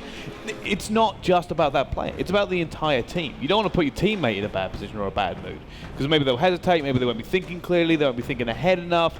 And all of a sudden, it's a bit of a slippery slope. That's why it's called going on tilt, right? It starts and you just go way over. But yeah, to have that kind of that attitude certainly benefits the entire team. Let's move on to map 4 then and talk about this one here. Now, at this point, we thought it was going to end up 2-2. We really did. And there was a couple of moments in this Fathom game where I thought Infused made a couple of, I'm going to call them out, and they choked a couple of times. There was one particular occasion I saw Warlord. Ooh. He made a move into the gen when they were down 2-1. Sorry, I think it might even be for the second flag. I can't remember exactly what flag it was, but he decided not to go for the return when there was pretty much no pressure on him to do so. He got taken down in the generator trying to fight 2 people off respawn, and then they managed to actually cap that flag. And it's plays like that where I was just thinking, what are you trying to do here? Like, why are you not going for the return? Because the worst that can happen is you can die, and that is almost going to be returned. You're trying to put yourself in a position where you're going to have to make a really heroic play, outshoot 2 players, which is impressive. If he does that against the players like the Xmen, he's made a hell of a play, and he'll prove me wrong. But it's a very low percentage play he went for over a higher percentage play, and it's those small moments in games against teams like Xmen later on in the bracket that they cannot afford to make. Again, we kind of touched on it before. We know they can play Slayer. They won the Slayers, and we said before coming into this, Slayer was their strong point. But certainly the objective really shows the cracks in their armor, and it was kind of on that one, like at one point, and just going back to what Mark said about the Warlord, we all kind of went, why did he do that? You know? And fair enough, hindsight's a wonderful thing. We're like, that might have not been the greatest play in the book, but again, you've got to do what you got to do at the end of the day. I mean, we said it earlier on, right? For me, it is a weakness. It's a one-directional team right now. It's something they're going to have to improve on. You cannot expect to beat great teams if you've got a weakness that, or you're lacking in one area. So I think that's something they'll probably take away from that game and take away from this tournament and see, maybe they can beat other teams in those objective modes. But right now, it's not good enough to beat that team on those objective modes, so they've got to sort something out. But let's move on to map 5 now, because I'm quite interested in this map, because we actually started to kind of come back to the desk at this point, and by the time we got back upstairs, it changed. Yeah, we thought it was over. We saw him, Xmen with a pretty insurmountable lead at one point. We came upstairs and it was like, there's 1 kill between the teams, and Batchford is going wild. So massive shout outs to Batchford. I think you sent a tweet out at the end of that game because he had some insane plays. I mean, the replays are showing at the moment, Jimbo went off at the start of this game, but it's not how you start a Slayer. It's very cliche to say it's how you close it out. And Infused just played it absolutely down to the T. And one thing I need to highlight is how well they used the plasma caster on this map. I always saw Batchford running around, and the amount of shots, this was almost a disgusting double kill, by the way. I'm so disappointed he misses that headshot, but they just used that plasma caster and got so many kills in the hallways, and it just seemed like they had control of it pretty much the entirety of the map. Yeah, it was a good comeback, especially just to get snipe control and then pull it back to where they did, and then we saw at the end Batchford just going up. I think he ended the series on 19 kills there, yeah. I do believe. Pretty sure it was, yeah. And even when he did die, it was the fact that he was still in a good position for his teammates to collect his weapons and just carry on like nothing happened. But and the one thing that I actually mentioned, and we called it out there as well, when you look at Xmen, they're all fired up, high fives, come on, we've won a map.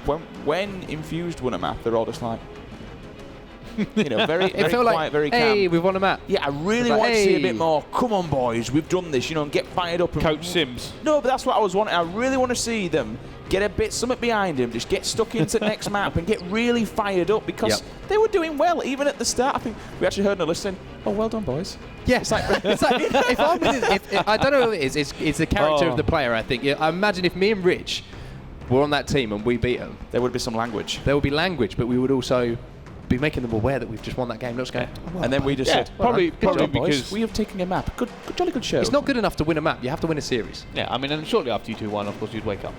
But let's move on.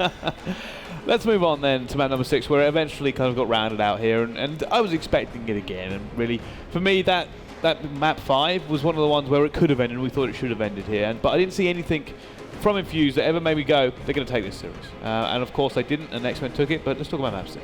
Well, again, it was a case of watching Chalky play almost perfect objective gameplay. He was alive for so much of this. This was a huge play, by the way. Ramirez, you sneaky devil, picked up those rockets. He didn't actually do much use with the rockets when he actually got them. But yeah, going back to Chalky, he did such a good job of just rotating around, baiting hills, picking up kills, and it just seemed all of the time on this map that the Xmen had a numerical advantage in kills, which makes Strongholds is such an unforgiving game type. If you do not have numerical advantage, you're not winning your battles. So Xmen played that almost perfectly. Infused, you just couldn't get out of a spawn cycle, and it was, in my opinion, it was Xmen playing that almost to perfection, whereas Infused just couldn't get a foothold in the game. I don't want to call it the tilt factor, because I don't think it's the right time to use it. However, that was the experience factor there. It was, and we've seen this time and time again from this team in the Pro League, especially when they're playing a team like Pulse Gaming, they just rubber band it back. When the going gets tough, they got down themselves. Things really escalated quickly because they just looked like they just, at the end, couldn't be bothered. Like, we're done with boys. It's move on to losers and shake it off. So Xmen took full advantage. Which actually kind of reminds me of Dinosaurs yesterday when we saw them in their last game and they kind of knew they were losing. It was like, they're not really trying maybe as hard because they know they're in a very difficult position. They know they're going to get taken down. And it's really, you get really frustrated because like just nothing we can do. And even if we break it now, we're so far behind that unless we do the same thing to them, we just can't do anything. So yeah, I think it's kind of a similar situation anyway. However, that's kind of nicely put a bow onto that one. Let's have a little look at the bracket to see where we've got so far and what's actually happened in this tournament. So as you can see, our first 2 games have been completed. Fabi took down Vibe 4-0, but that scoreline doesn't tell everything about that game. It was close in a few of those maps. Then we got Xmen taking down Infused. And that was pretty much how we thought it would go. That 2nd and 3rd seed coming in. But that means our winner bracket game is going to be Fab E versus Xmen. And our loser bracket game, our game that is coming up next, is Infused versus Vibe. Now, that should be an interesting game, gentlemen. In fact, both of them should. Is there any kind of upsets or anything amazing you think is going to come out of these two? I think looking at it, the bracket's going where I expect it to be. That they are kind of what I called that initially.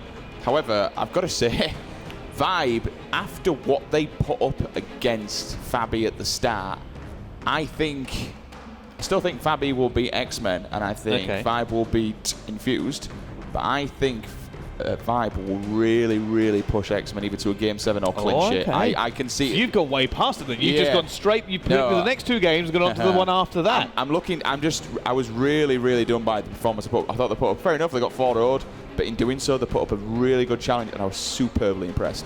It's interesting looking back. We did the HCS listening. That's the first time we actually looked at the potential brackets that we could have. It's all working out at the moment, but the games that are coming up, there are so many like little factors that could change everything. I mean, the series that you just talked about there, the potential Vibe Xmen series. I mean, that is going to be an insanely loud and energetic series, and I can't wait to watch that one.